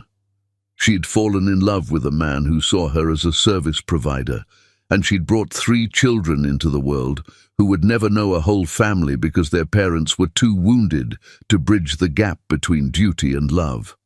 The battle for her children was just beginning, but Casey already knew that the real casualty would be any chance she and Cain might have had at becoming the family their children deserved. Chapter 7. 7 Days to Choose Love. In 30 years on this bench, I've witnessed many custody disputes, but never one where the solution is so clearly within reach if both parties can set aside pride and remember what truly matters. Judge Rowan Mitchell's words fell like stones into the silent courtroom, where 2 wounded hearts waited to learn the fate of 3 innocent children. Casey gripped her chair until her knuckles turned white, her entire future balanced on the next words from this wise woman who held Solomon's burden. Across the aisle, Cain sat rigid as marble, but Casey could see the tension radiating from every line of his body. "Both parties present compelling cases," Judge Mitchell continued. "Mr. Whitmore offers substantial financial resources and stability. Miss Weston demonstrates fierce maternal love and emotional commitment. However, the welfare of 3 6-week-old infants supersedes all other considerations." The judge paused, studying both parties. The contract specifies 1 child, making Miss Weston's legal position sound. However, separating siblings this young could cause psychological harm. More importantly, these children deserve the opportunity to know both biological parents. Casey's heart hammered as she waited for the decision that would shape all their lives. Therefore, I am ordering a supervised cohabitation period. Both parties will return to Mr. Whitmore's estate with all 3 children for 14 days. During this time, you will function as a family unit while social services monitors the children's welfare and both parents' capabilities. The courtroom erupted in surprised murmurs. Casey felt dizzy trying to process what she'd just heard. This gives both parents equal time with all 3 children, while allowing the court to observe actual parenting abilities rather than theoretical arguments, Judge Mitchell explained. At the end of 14 days, if you cannot reach private agreement, I will make a final custody determination based on the children's best interests, as demonstrated during this period. Marcus Sterling rose immediately. Your Honor, this is highly irregular. Mr. Sterling, Judge Mitchell interrupted firmly, these children have been separated from their mother for 6 weeks. They need stability and the chance to bond with both parents. 14 days will provide that opportunity while protecting everyone's interests. Casey found her voice. What if we can't agree? Judge Mitchell's expression was compassionate, but firm. Then I decide based on what I observed during those 14 days and what serves Hope, Faith, and Gabriel's best interests. But I strongly encourage you both to remember that these babies didn't choose to be born into a legal battle. As the gavel fell, Casey felt hope and terror warring in her chest. 14 days with Cain and their children, 14 days to prove she could be the mother they deserved while living with the man who'd broken her heart by choosing contracts over love. The ride back to Whitmore Manor was conducted in tense silence, the luxury sedan feeling more like a hearse. Casey stared out at familiar landscapes that had once represented her prison but now offered her only chance at redemption. Delilah Park waited at the front entrance, tears streaming down her face as she held baby Gabriel, while 2 pediatric nurses stood by with Hope and Faith. The sight of her children after 6 weeks of separation nearly brought Casey to her knees. "My babies," she whispered, reaching for Hope with trembling hands. The moment her daughter settled against her chest, Casey felt something healing and breaking simultaneously. "Mama's here, sweetheart." She looked up to find Cain watching her with an unreadable expression, Faith cradled protectively against his chest. For a moment they looked like what they should have been, parents reunited with their children, a family complete despite its fractured foundation. "They've missed you terribly," Delilah said softly, dabbing her eyes. "All the pediatric care in the world can't replace a mother's touch. They've been more restless, eating less, crying more." Cain's jaw tightened almost imperceptibly. "They've received excellent medical supervision." "Medical supervision, yes," Delilah agreed carefully. "But babies need emotional nourishment too. Don't you, sweet Gabriel?" She gently touched the baby's cheek. The pointed observation hung in the air as they entered the mansion. The nursery had been completely transformed during Casey's absence. 3 matching cribs instead of 1, every surface covered with expensive monitoring equipment, designer toys, and state-of-the-art baby gear. Despite the luxury, something felt clinical about the room, beautiful but sterile. "I've prepared the blue suite adjoining the nursery," Delilah announced, leading Casey toward a door she hadn't noticed before. "You'll be close enough to hear the babies during the night, but have your own space." Casey settled into the familiar rocking chair, holding Hope while Faith fussed in her nearby crib. After 6 weeks apart, her daughter felt simultaneously familiar and foreign, heavier, longer, but still unmistakably hers. "She's hungry," Casey said, recognizing Faith's particular cry pattern. "The formula station is fully stocked," Cain said, moving toward the high-tech warming unit with practiced efficiency. Casey shook her head. "I've been maintaining my milk supply for 6 weeks. I want to breastfeed them." The statement clearly surprised Cain. "You've been..." But there was no expectation. There were many things not in our contract, Casey replied, settling Faith to nurse while Hope dozed contentedly, including how I'd feel carrying them for 7 months, or the bond we'd form, or how much I'd love them. Kane watched in fascination as Faith latched on and began nursing contentedly. Dr. Hartwell recommended bottle feeding for practicality. Practical, Casey repeated, the word bitter on her tongue. Is that what we're calling this? Gabriel began fussing in Kane's arms, and Casey watched the powerful businessman look completely helpless, facing one crying baby. He's probably hungry too, Casey said gently. Here, let me show you. She guided him through preparing a bottle with her pumped milk, their hands brushing as she adjusted his grip. The contact sent electricity through her skin, a reminder of the attraction that had complicated everything from the beginning. Support his head like this. Perfect, she murmured, their faces close as she showed him the proper angle. Kane's eyes met hers over Gabriel's downy head, and for a moment Casey saw the vulnerable man beneath the cold businessman. The man who'd held her hand during labor, who'd looked at their children with overwhelming love. They know your voice, Kane observed quietly, as Hope settled at the familiar sound of Casey's lullaby. I sang to them every night during pregnancy, Casey admitted. Even after they were born, I recorded songs and asked the nurses to play them. Something flickered across Kane's features, surprise, perhaps guilt. I didn't know.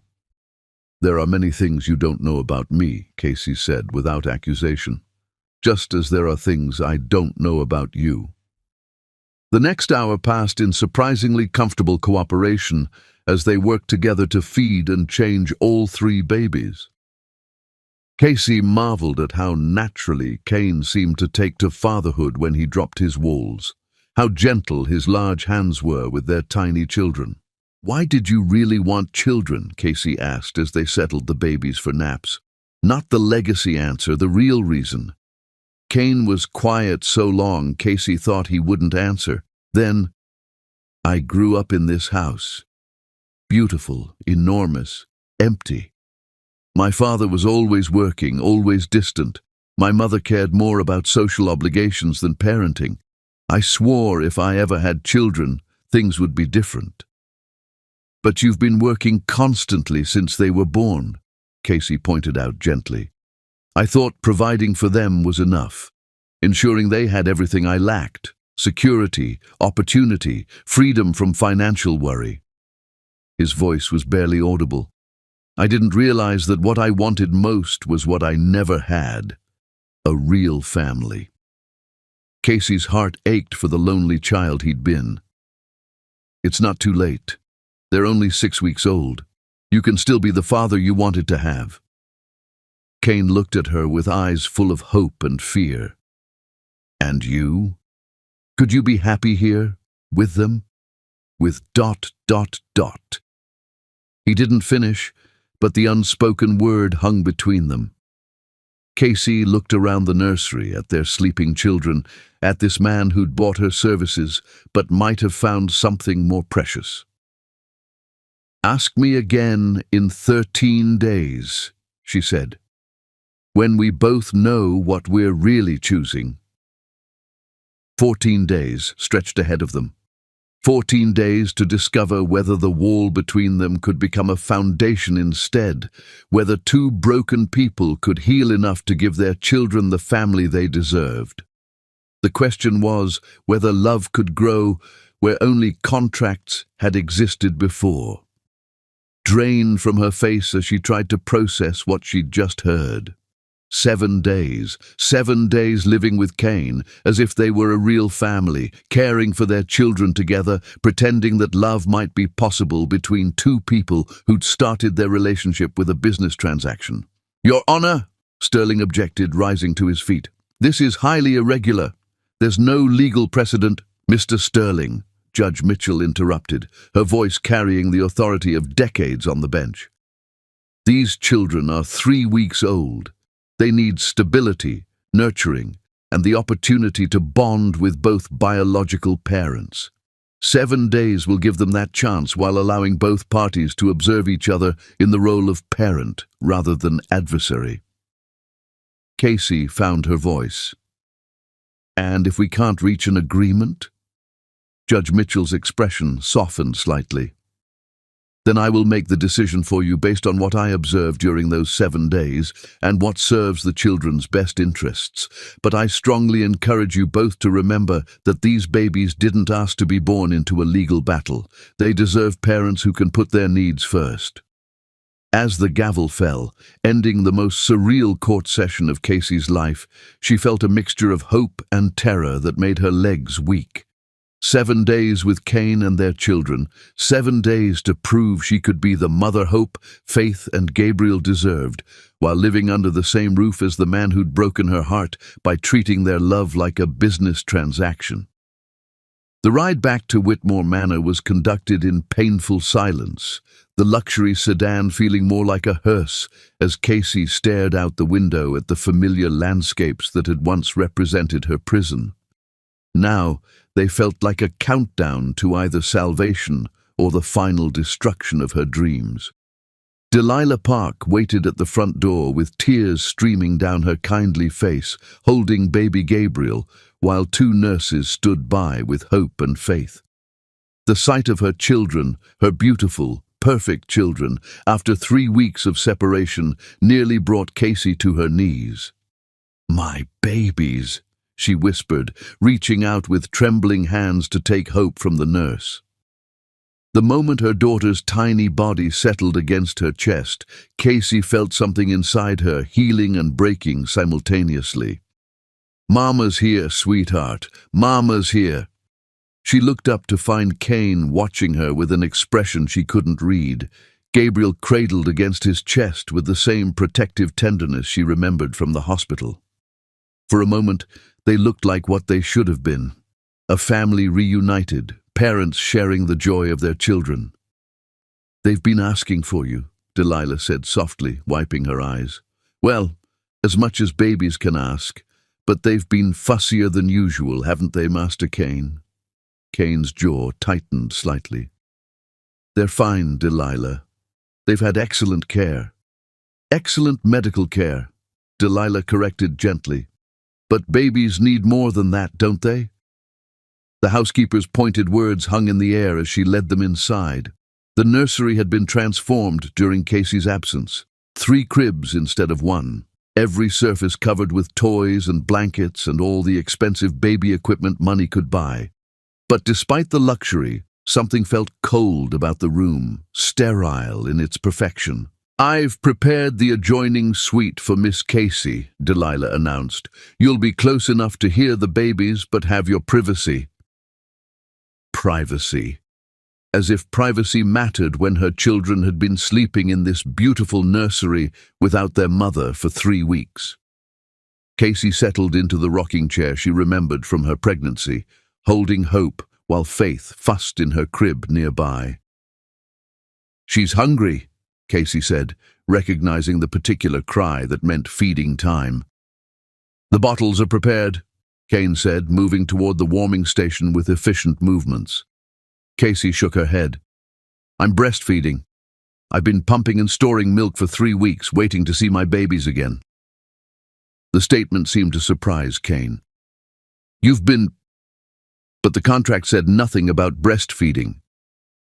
"The contract said nothing about a lot of things," Casey replied, settling Faith to nurse while Hope dozed contentedly in her arms. "It said nothing about how I'd feel when I carried them for 9 months. It said nothing about how it would feel to give birth to them. And it said nothing about how much I'd love them." Cain watched in fascination as Faith latched on and began nursing, her tiny hand gripping Casey's finger with surprising strength. "Doctor," Hartwell said bottle feeding would be more practical. "Practical," Casey repeated, the word tasting bitter on her tongue. "Is that what we're calling this? Practical?" Gabriel began fussing in Kane's arms, and Casey watched the powerful man who commanded boardrooms and business empires look completely helpless in the face of one crying baby. "He's probably hungry too," Casey said gently. "Here, let me—" She guided Kane through, preparing a bottle of her pumped milk, their hands brushing as she showed him the proper angle to hold Gabriel. The contact sent electricity through her skin, a reminder of the attraction that had complicated everything between them from the beginning. "Like this," she murmured, adjusting his grip. "Support his head. There. Perfect." Kane's eyes met hers over Gabriel's downy head, and for a moment Casey saw the vulnerable man beneath the cold businessman, the man who'd held her hand during labor, who'd looked at their children with such overwhelming love. "Casey," he began, his voice softer than she'd heard in weeks. But the moment was broken by Hope's cry as she finished nursing and needed to be burped. Casey shifted her attention to her daughter, patting her back gently while humming the lullaby she'd sung throughout her pregnancy. "They know your voice," Kane observed, watching Hope settle immediately at the familiar sound. "I sang to them every night," Casey admitted. "Even after they were born, even when I couldn't hold them, I recorded lullabies on my phone and asked the nurses to play them." Something flickered across Kane's features, surprise perhaps, or something that looked like guilt. "I didn't know." "There are a lot of things you don't know about me," Casey said, not meaning it as an accusation, but simply as fact. "Just like there are things I don't know about you." They spent the next hour in surprisingly comfortable silence, working together to feed and change all three babies. Casey found herself marveling at how naturally Kane seemed to take to fatherhood when he allowed his walls to drop, how gentle his large hands were with their tiny children. "They're beautiful," he said softly, settling Gabriel back in his crib while Casey rocked the girls to sleep. "They look like you," Casey replied, studying Hope's dark hair and the shape of Faith's nose that was unmistakably her father's. "They have your eyes," Kane countered. "All three of them. The nurses said babies' eyes often change color, but theirs have stayed the same warm brown since birth." The fact that he'd noticed such details surprised Casey. For 3 weeks, she'd imagined him treating their children with the same cold efficiency he'd shown her, but the man watching their babies sleep looked nothing like the calculating businessman who'd drawn up their contract. "Kane," she said carefully, "why did you really want children?" Not the legacy answer you gave in court. The real reason. He was quiet for so long that Casey thought he wouldn't answer. Then, "I grew up in this house. Big, beautiful, empty. My father was always working, always distant. My mother, she tried, but she was more interested in social functions than being a parent. I swore I'd be different if I ever had children. But you've been working constantly since they were born," Casey pointed out gently. I thought providing for them was enough, making sure they had everything I didn't have. Security, opportunity, freedom from financial worry." Kane's voice was barely above a whisper. "I didn't realize that what I wanted most was what I never had. A real family." Casey's heart ached for the lonely little boy he must have been, rattling around in this beautiful mansion with parents too busy or self-absorbed to give him the love he craved. "It's not too late," she said softly. "They're only 3 weeks old. You can still be the father you wanted to have." Kane looked at her then, and Casey saw something in his eyes that made her breath catch. Hope, fear, and a longing so deep it made her chest tight with emotion. "And you," he asked, "could you be happy here? With them? With ...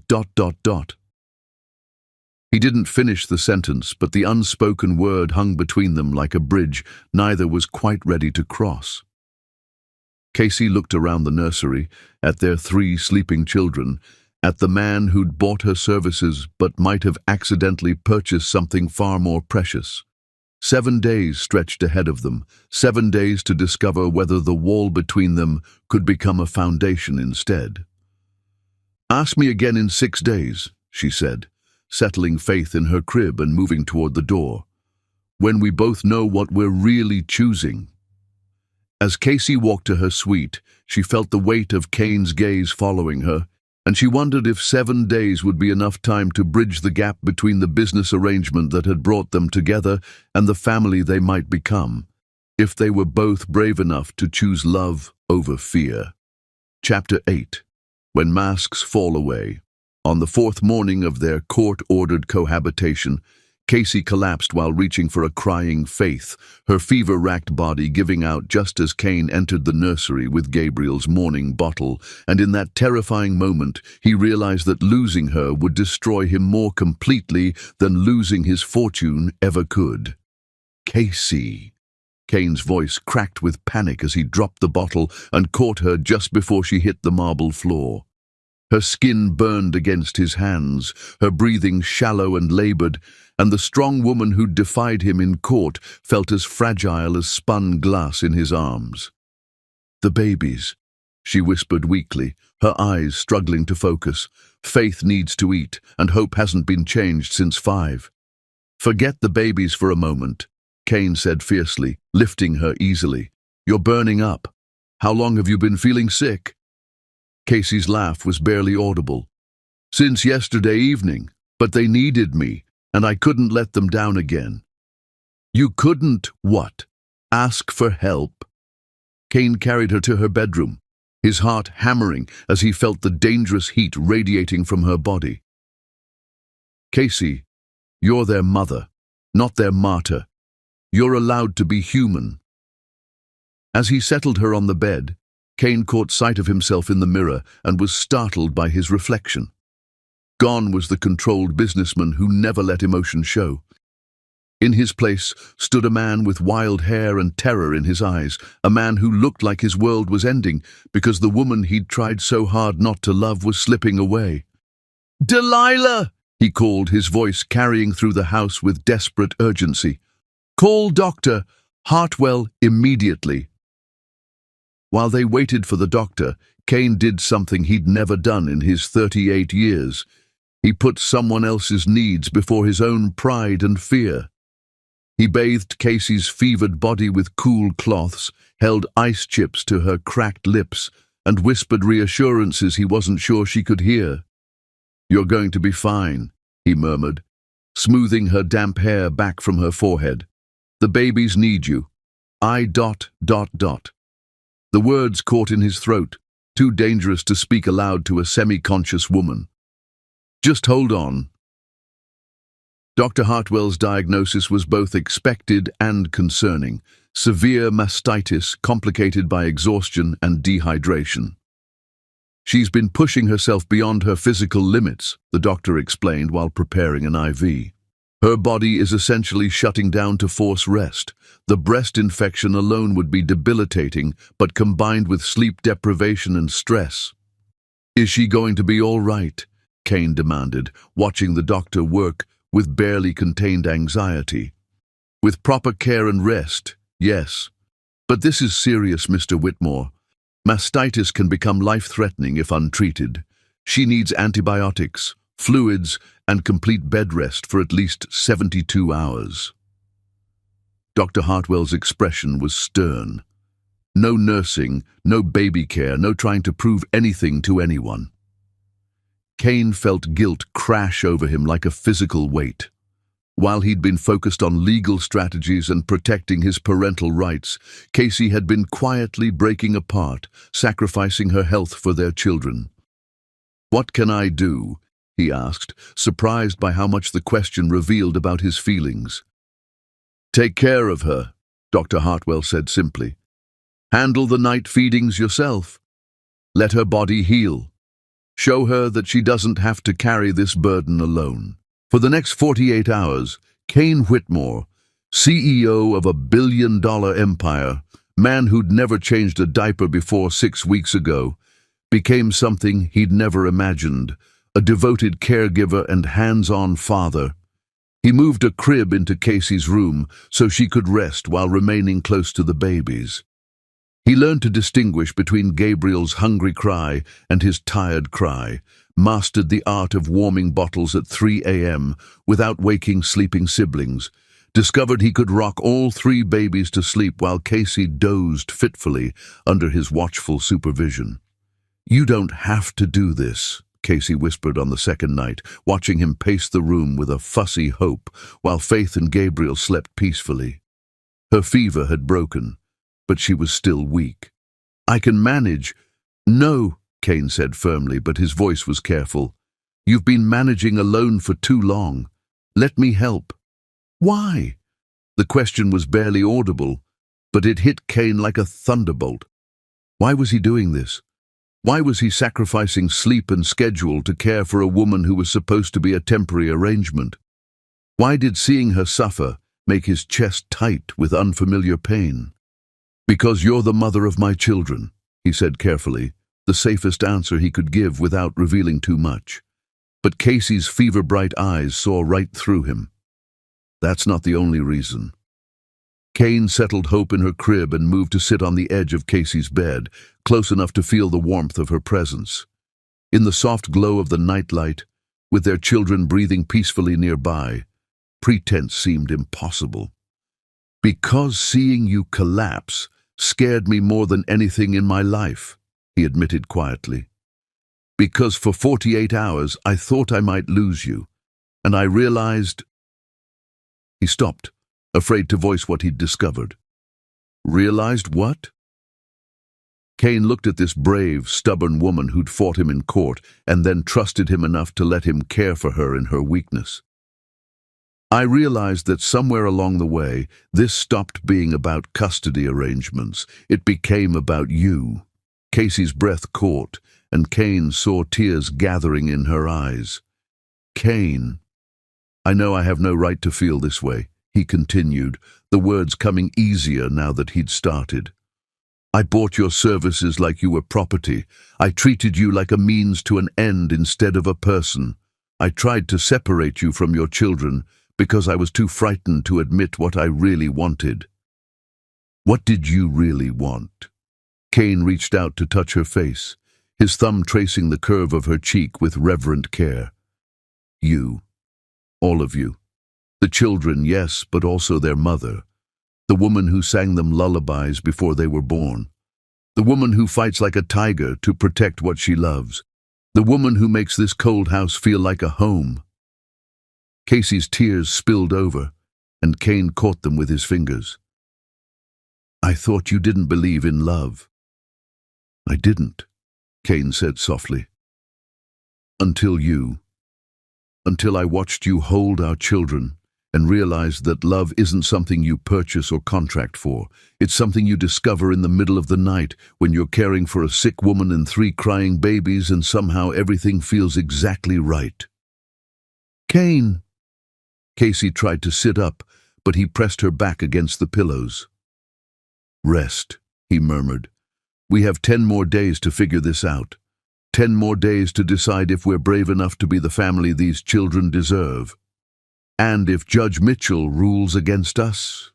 Kane's expression hardened with determination.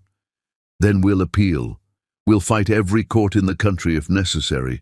These children belong with both their parents, Casey. They belong with us." The word "us" hung in the air between them like a promise, fragile but precious. Casey closed her eyes, exhaustion finally overtaking her, but not before Kane saw something in her expression that made his heart race: hope. As the night deepened around them, Kane kept vigil over his makeshift family. When Gabriel woke for his feeding, Kane was there with a warmed bottle.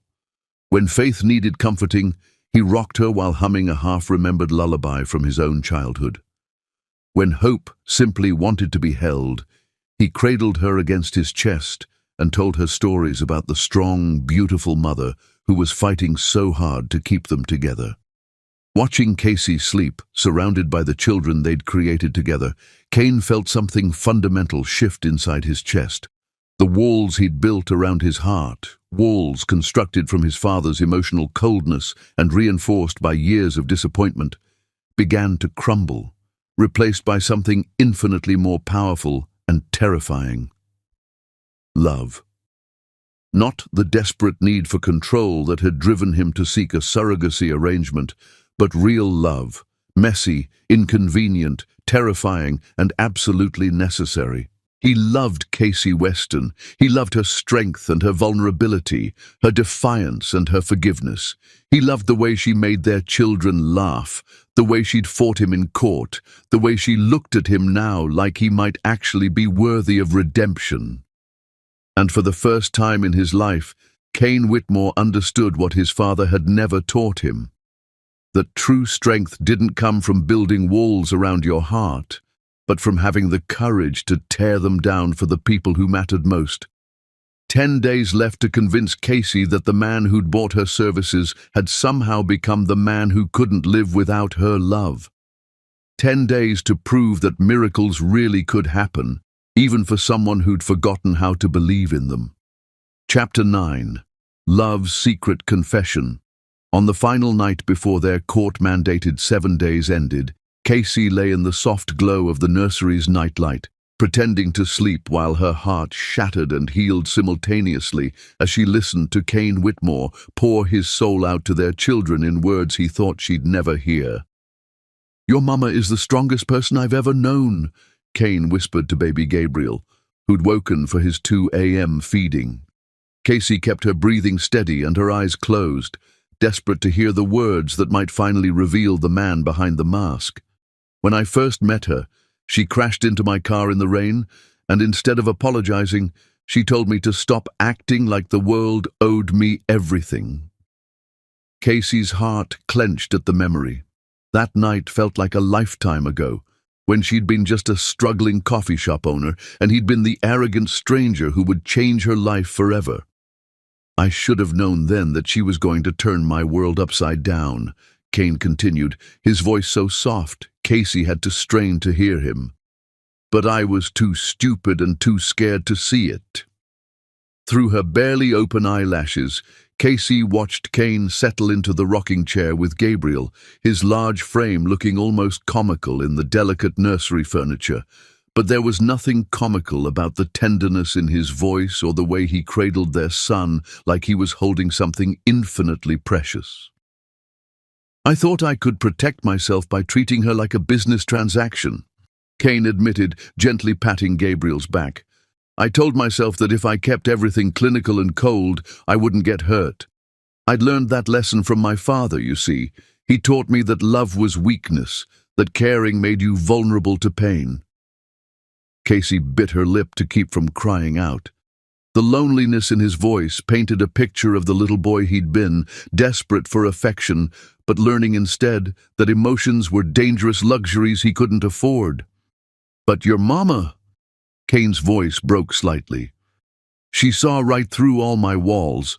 She called me out when I was cruel, stood up to me when I was being unreasonable, and somehow still managed to be kind to me when I didn't deserve it." Gabriel made a soft, cooing sound, and Kane's quiet laugh was filled with wonder. "You like hearing about your mama, don't you? Well, let me tell you something about her that I've never told anyone." Casey's heart hammered against her ribs as she waited for his next words. "I fell in love with her the night you were all born," Kane whispered, his confession falling like teardrops in the quiet room. "I walked into that hospital planning to take my air and walk away from the woman who'd carried him. But when I saw her holding you and your sisters, when I watched her become a mother right before my eyes, something broke open inside my chest." Casey felt tears sliding down her cheeks, but she didn't dare move or make a sound that might stop this precious confession. "She looked at you three like you were miracles, and I realized that she wasn't just the woman who'd carried my children. She was the missing piece of my soul I'd been searching for my entire life." Kane's voice grew thick with emotion. "But instead of telling her how I felt, instead of begging her to stay and build a family with me, I did what I always do. I tried to control the situation. I tried to take what I wanted without offering anything of myself in return. Gabriel had fallen asleep in his father's arms, but Cain continued talking, as if the words had been locked inside him for so long that they couldn't be stopped now. "I love her, son," he said simply, and those 3 words hit Casey like lightning. "I love her laugh, and her stubbornness, and the way she hums while she folds your clothes. I love how she fights for what's right, even when it costs her everything. I love how she makes this cold house feel warm just by being in it." Casey pressed her hand to her mouth to muffle the sob that threatened to escape. This was the man she'd glimpsed during their most intimate moments, the one who'd held her hand during labor and looked at their children with such overwhelming love. This was the real Cain Whitmore, the one he kept hidden behind walls of money and power. "I know I don't deserve her," Cain continued, gently placing Gabriel back in his crib. "I know I've hurt her in ways that money can't fix. But if Judge Mitchell gives me another chance, if your mama decides to stay and build a life with us, I swear I'll spend every day proving that I can be the man she deserves." He moved to check on Faith and Hope, adjusting their blankets with the careful attention Casey had learned to love over the past week. Watching him care for their children with such gentle devotion made her heart ache with longing for the family they could become if they were both brave enough to choose love over fear. "I want to give you 3 everything," Cain whispered to his sleeping daughters. "Not just money and opportunities, but a real family, parents who love each other and love you, a home filled with laughter instead of silence. I want you to grow up knowing that love isn't weakness. It's the strongest force in the universe." Casey could barely breathe as she listened to this transformation of the man who'd once told her that love was a luxury he couldn't afford. 7 days of living as a family had changed them both, showing them glimpses of what they could build together if they stopped fighting each other and started fighting for their shared future. "The truth is," Cain said, settling into the chair beside Casey's bed, "I need your mama more than she needs me. She's already proven she can love you 3 with her whole heart, that she can sacrifice everything for your well-being. But me? I'm still learning how to be human again. She's teaching me little by little that it's safe to feel, safe to hope, safe to love." Casey felt her resolve crumbling like walls made of sand. For weeks, she'd protected herself by believing that Cain was incapable of real emotion, that he saw her as nothing more than a means to an end. But listening to him pour his heart out to their children revealed a man desperate for connection, terrified of vulnerability, but willing to risk everything for the chance at love. "Tomorrow we go back to court," Cain said softly, "and I don't know what Judge Mitchell will decide. But whatever happens, I want you 3 to know that these 7 days have been the happiest of my life. Not because I got my way, not because I proved any points, but because for 1 perfect week, I got to pretend we were a real family." Casey couldn't pretend to sleep anymore. The words she'd been longing to hear had finally been spoken, and the man she'd fallen in love with, despite her best efforts, was sitting just inches away, believing himself unworthy of the very thing she wanted to give him. "Cain," she whispered, opening her eyes and seeing his shock at being caught in his moment of vulnerability. He went perfectly still, like a deer caught in headlights. "Casey, I thought you were sleeping." "I was," she said softly, sitting up despite the lingering weakness from her illness. "Until you started talking about love being the strongest force in the universe." The silence that followed was deafening. Cain looked like he wanted to run, to retreat behind the walls that had protected him for so long. But Casey reached out and caught his hand before he could escape. "Did you mean it?" she asked, her voice barely above a whisper. "Everything you just said about loving me?" Cain's eyes searched her face, looking for judgment or rejection, finding instead the same vulnerable hope that had been growing in her heart for 7 days. "Every word," he admitted, his voice raw with emotion. "I love you, Casey. I love you more than I thought it was possible to love another person. And I know I don't have any right to ask for your forgiveness after everything I've put you through, but—" Casey silenced him by rising up and pressing her lips to his, pouring all of her own unspoken feelings into a kiss that tasted like tears and redemption. When they finally broke apart, both were crying openly, the walls between them finally completely gone. "I love you too," she whispered against his lips. "I've loved you since that first night when you were so gentle with me, when I saw glimpses of the man you really are underneath all that armor." Kane cupped her face in his hands like she was something infinitely precious. "Are you sure? Because once you say it, once we cross this line, I'm never letting you go." Casey smiled through her tears, seeing in his eyes the future she'd been afraid to dream of. A real marriage, a loving family, a partnership built on honesty instead of contracts. "I'm counting on it," she said, and sealed her promise with another kiss that felt like coming home. As they held each other in the soft glow of the nursery, surrounded by their sleeping children, Casey realized that Judge Mitchell's 7-day experiment had worked exactly as intended. 2 broken people had learned to love not just their children, but each other, creating the foundation for a family that would be stronger than any legal document. Tomorrow, they would face the court together, not as adversaries fighting over custody, but as parents united in love and determined to give their children the family they all deserved.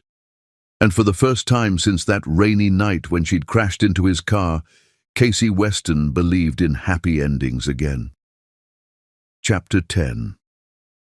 3 Rings, Endless Love. "We won't be needing your decision today, Your Honor." Kane Whitmore's voice rang through the packed courtroom as he stood hand in hand with Casey Weston, their love no longer hidden, but declared for all to witness.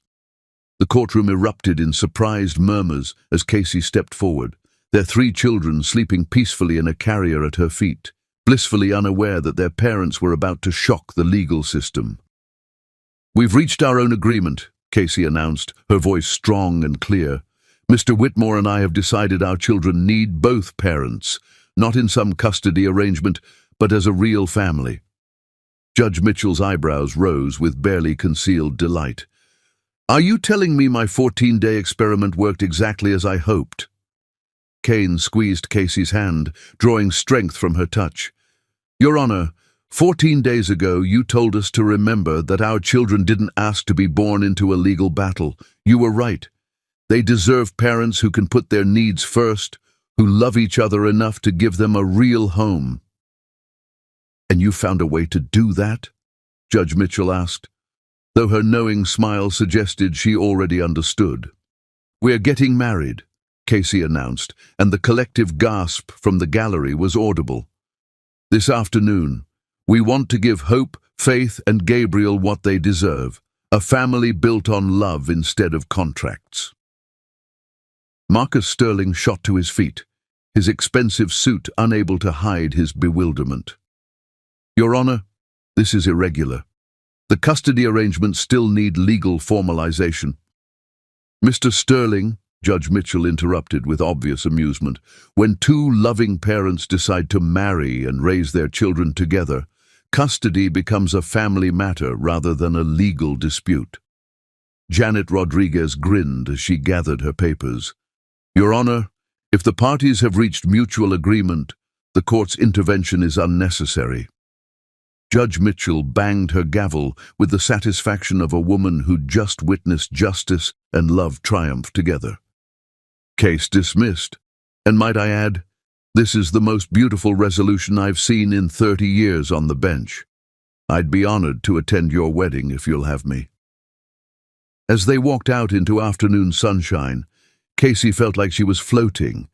Media swarmed with cameras and microphones, but Kane simply wrapped his arms around her and their children, shielding them from chaos. "Mr. Whitmore, Miss Weston, when did you know you were in love?" Kane paused at the courthouse steps, looking every inch the powerful CEO, but with something new in his expression: pure joy.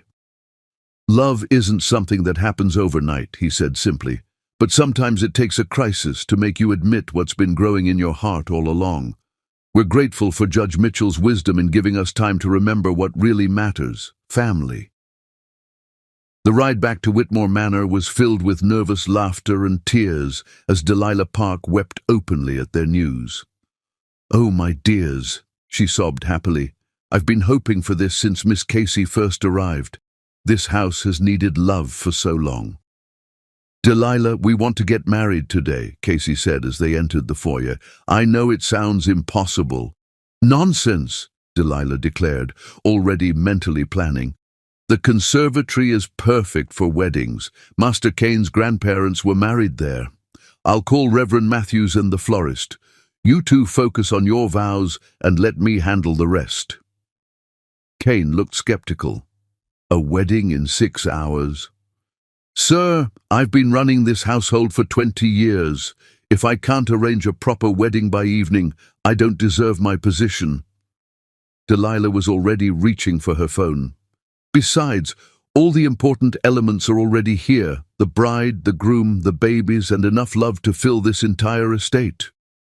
Within hours, Delilah had worked miracles. The conservatory's glass walls were draped with white silk and thousands of tiny lights, transforming the space into something ethereal. White roses and baby's breath cascaded from every surface, while a string quartet tuned their instruments near the makeshift altar. "I can't believe you did all this," Casey marveled, watching the final preparations. "Love deserves beautiful settings," Delilah said simply. "Now let's get you ready." Upstairs, Sage Barrett had arrived breathless from the city, clutching a garment bag.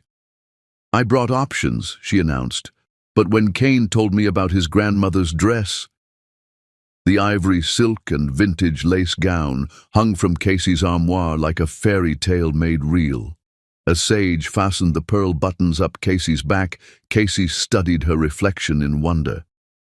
"I look like I belong here," she said softly. "You look like a woman who's found her place in the world," Sage corrected, tears in her eyes. "Honey, 6 months ago you were broken-hearted over a coffee shop. Now you're marrying the man of your dreams and becoming mother to 3 beautiful children." Casey touched the simple tiara that had belonged to Kane's grandmother. "I never imagined love could feel like this, so complete, so right." The ceremony itself was intimate perfection. 50 guests filled elegant chairs in the conservatory, while Hope, Faith, and Gabriel slept peacefully in a decorated triple stroller that Kane had insisted on. Their children would be part of every important moment. Casey walked down the petal-strewn aisle toward the man who'd bought her services and accidentally purchased her heart, feeling like the luckiest woman alive. Judge Mitchell sat in the front row, beaming like a proud grandmother. "Dearly beloved," Reverend Matthews began, "we witness the union of 2 souls who found in each other not just love, but the completion of their family." Kane's vows brought tears to every eye. "Casey, 6 months ago I thought I was hiring a surrogate.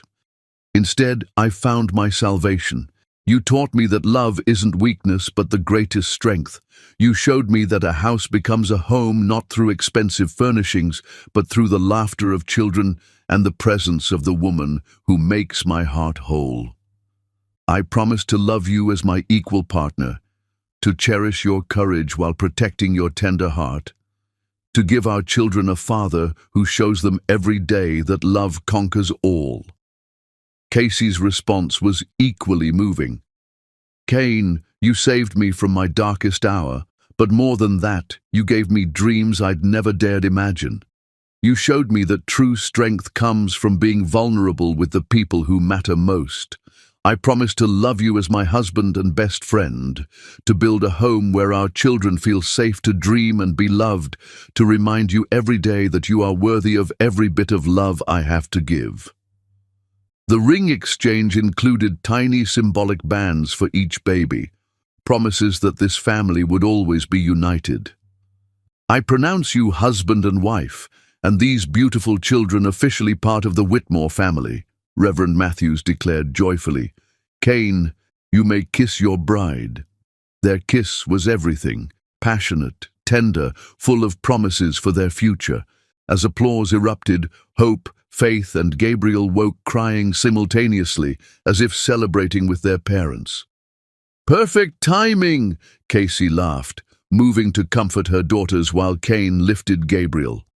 "Welcome to married life," Cain grinned, his smile brighter than the setting sun streaming through the glass ceiling. As evening fell and guests departed with congratulations and tears, Casey and Cain found themselves alone in the conservatory with their children, fairy lights casting magic over their first moments as a complete family. "Any regrets?" Cain asked, pulling Casey close while they watched their babies sleep. Casey looked around at the beautiful space where they'd just pledged their lives to each other. At the man who'd learned to love because she'd taught him it was safe. At the 3 perfect children who would grow up knowing they were cherished by both parents. "Only one," she said, smiling up at her husband, "that it took us so long to get here." Cain's answering smile was radiant as he spun her around the empty dance floor, their laughter echoing like music through the conservatory. "Then we'll make up for lost time," he said, kissing her forehead with infinite tenderness. "We have forever to be the family we were always meant to be." And as they danced under stars visible through the glass ceiling, surrounded by white roses and their sleeping children, Casey knew that sometimes the most beautiful love stories begin with the most impossible circumstances. She'd entered Cain Whitmore's world as a desperate woman selling her services to survive. She was leaving their wedding dance as his beloved wife, the mother of his children, and the woman who'd taught him that love wasn't a luxury he couldn't afford. It was the necessity that made everything else possible. Their fairy tale was just beginning, built on a foundation strong enough to last forever.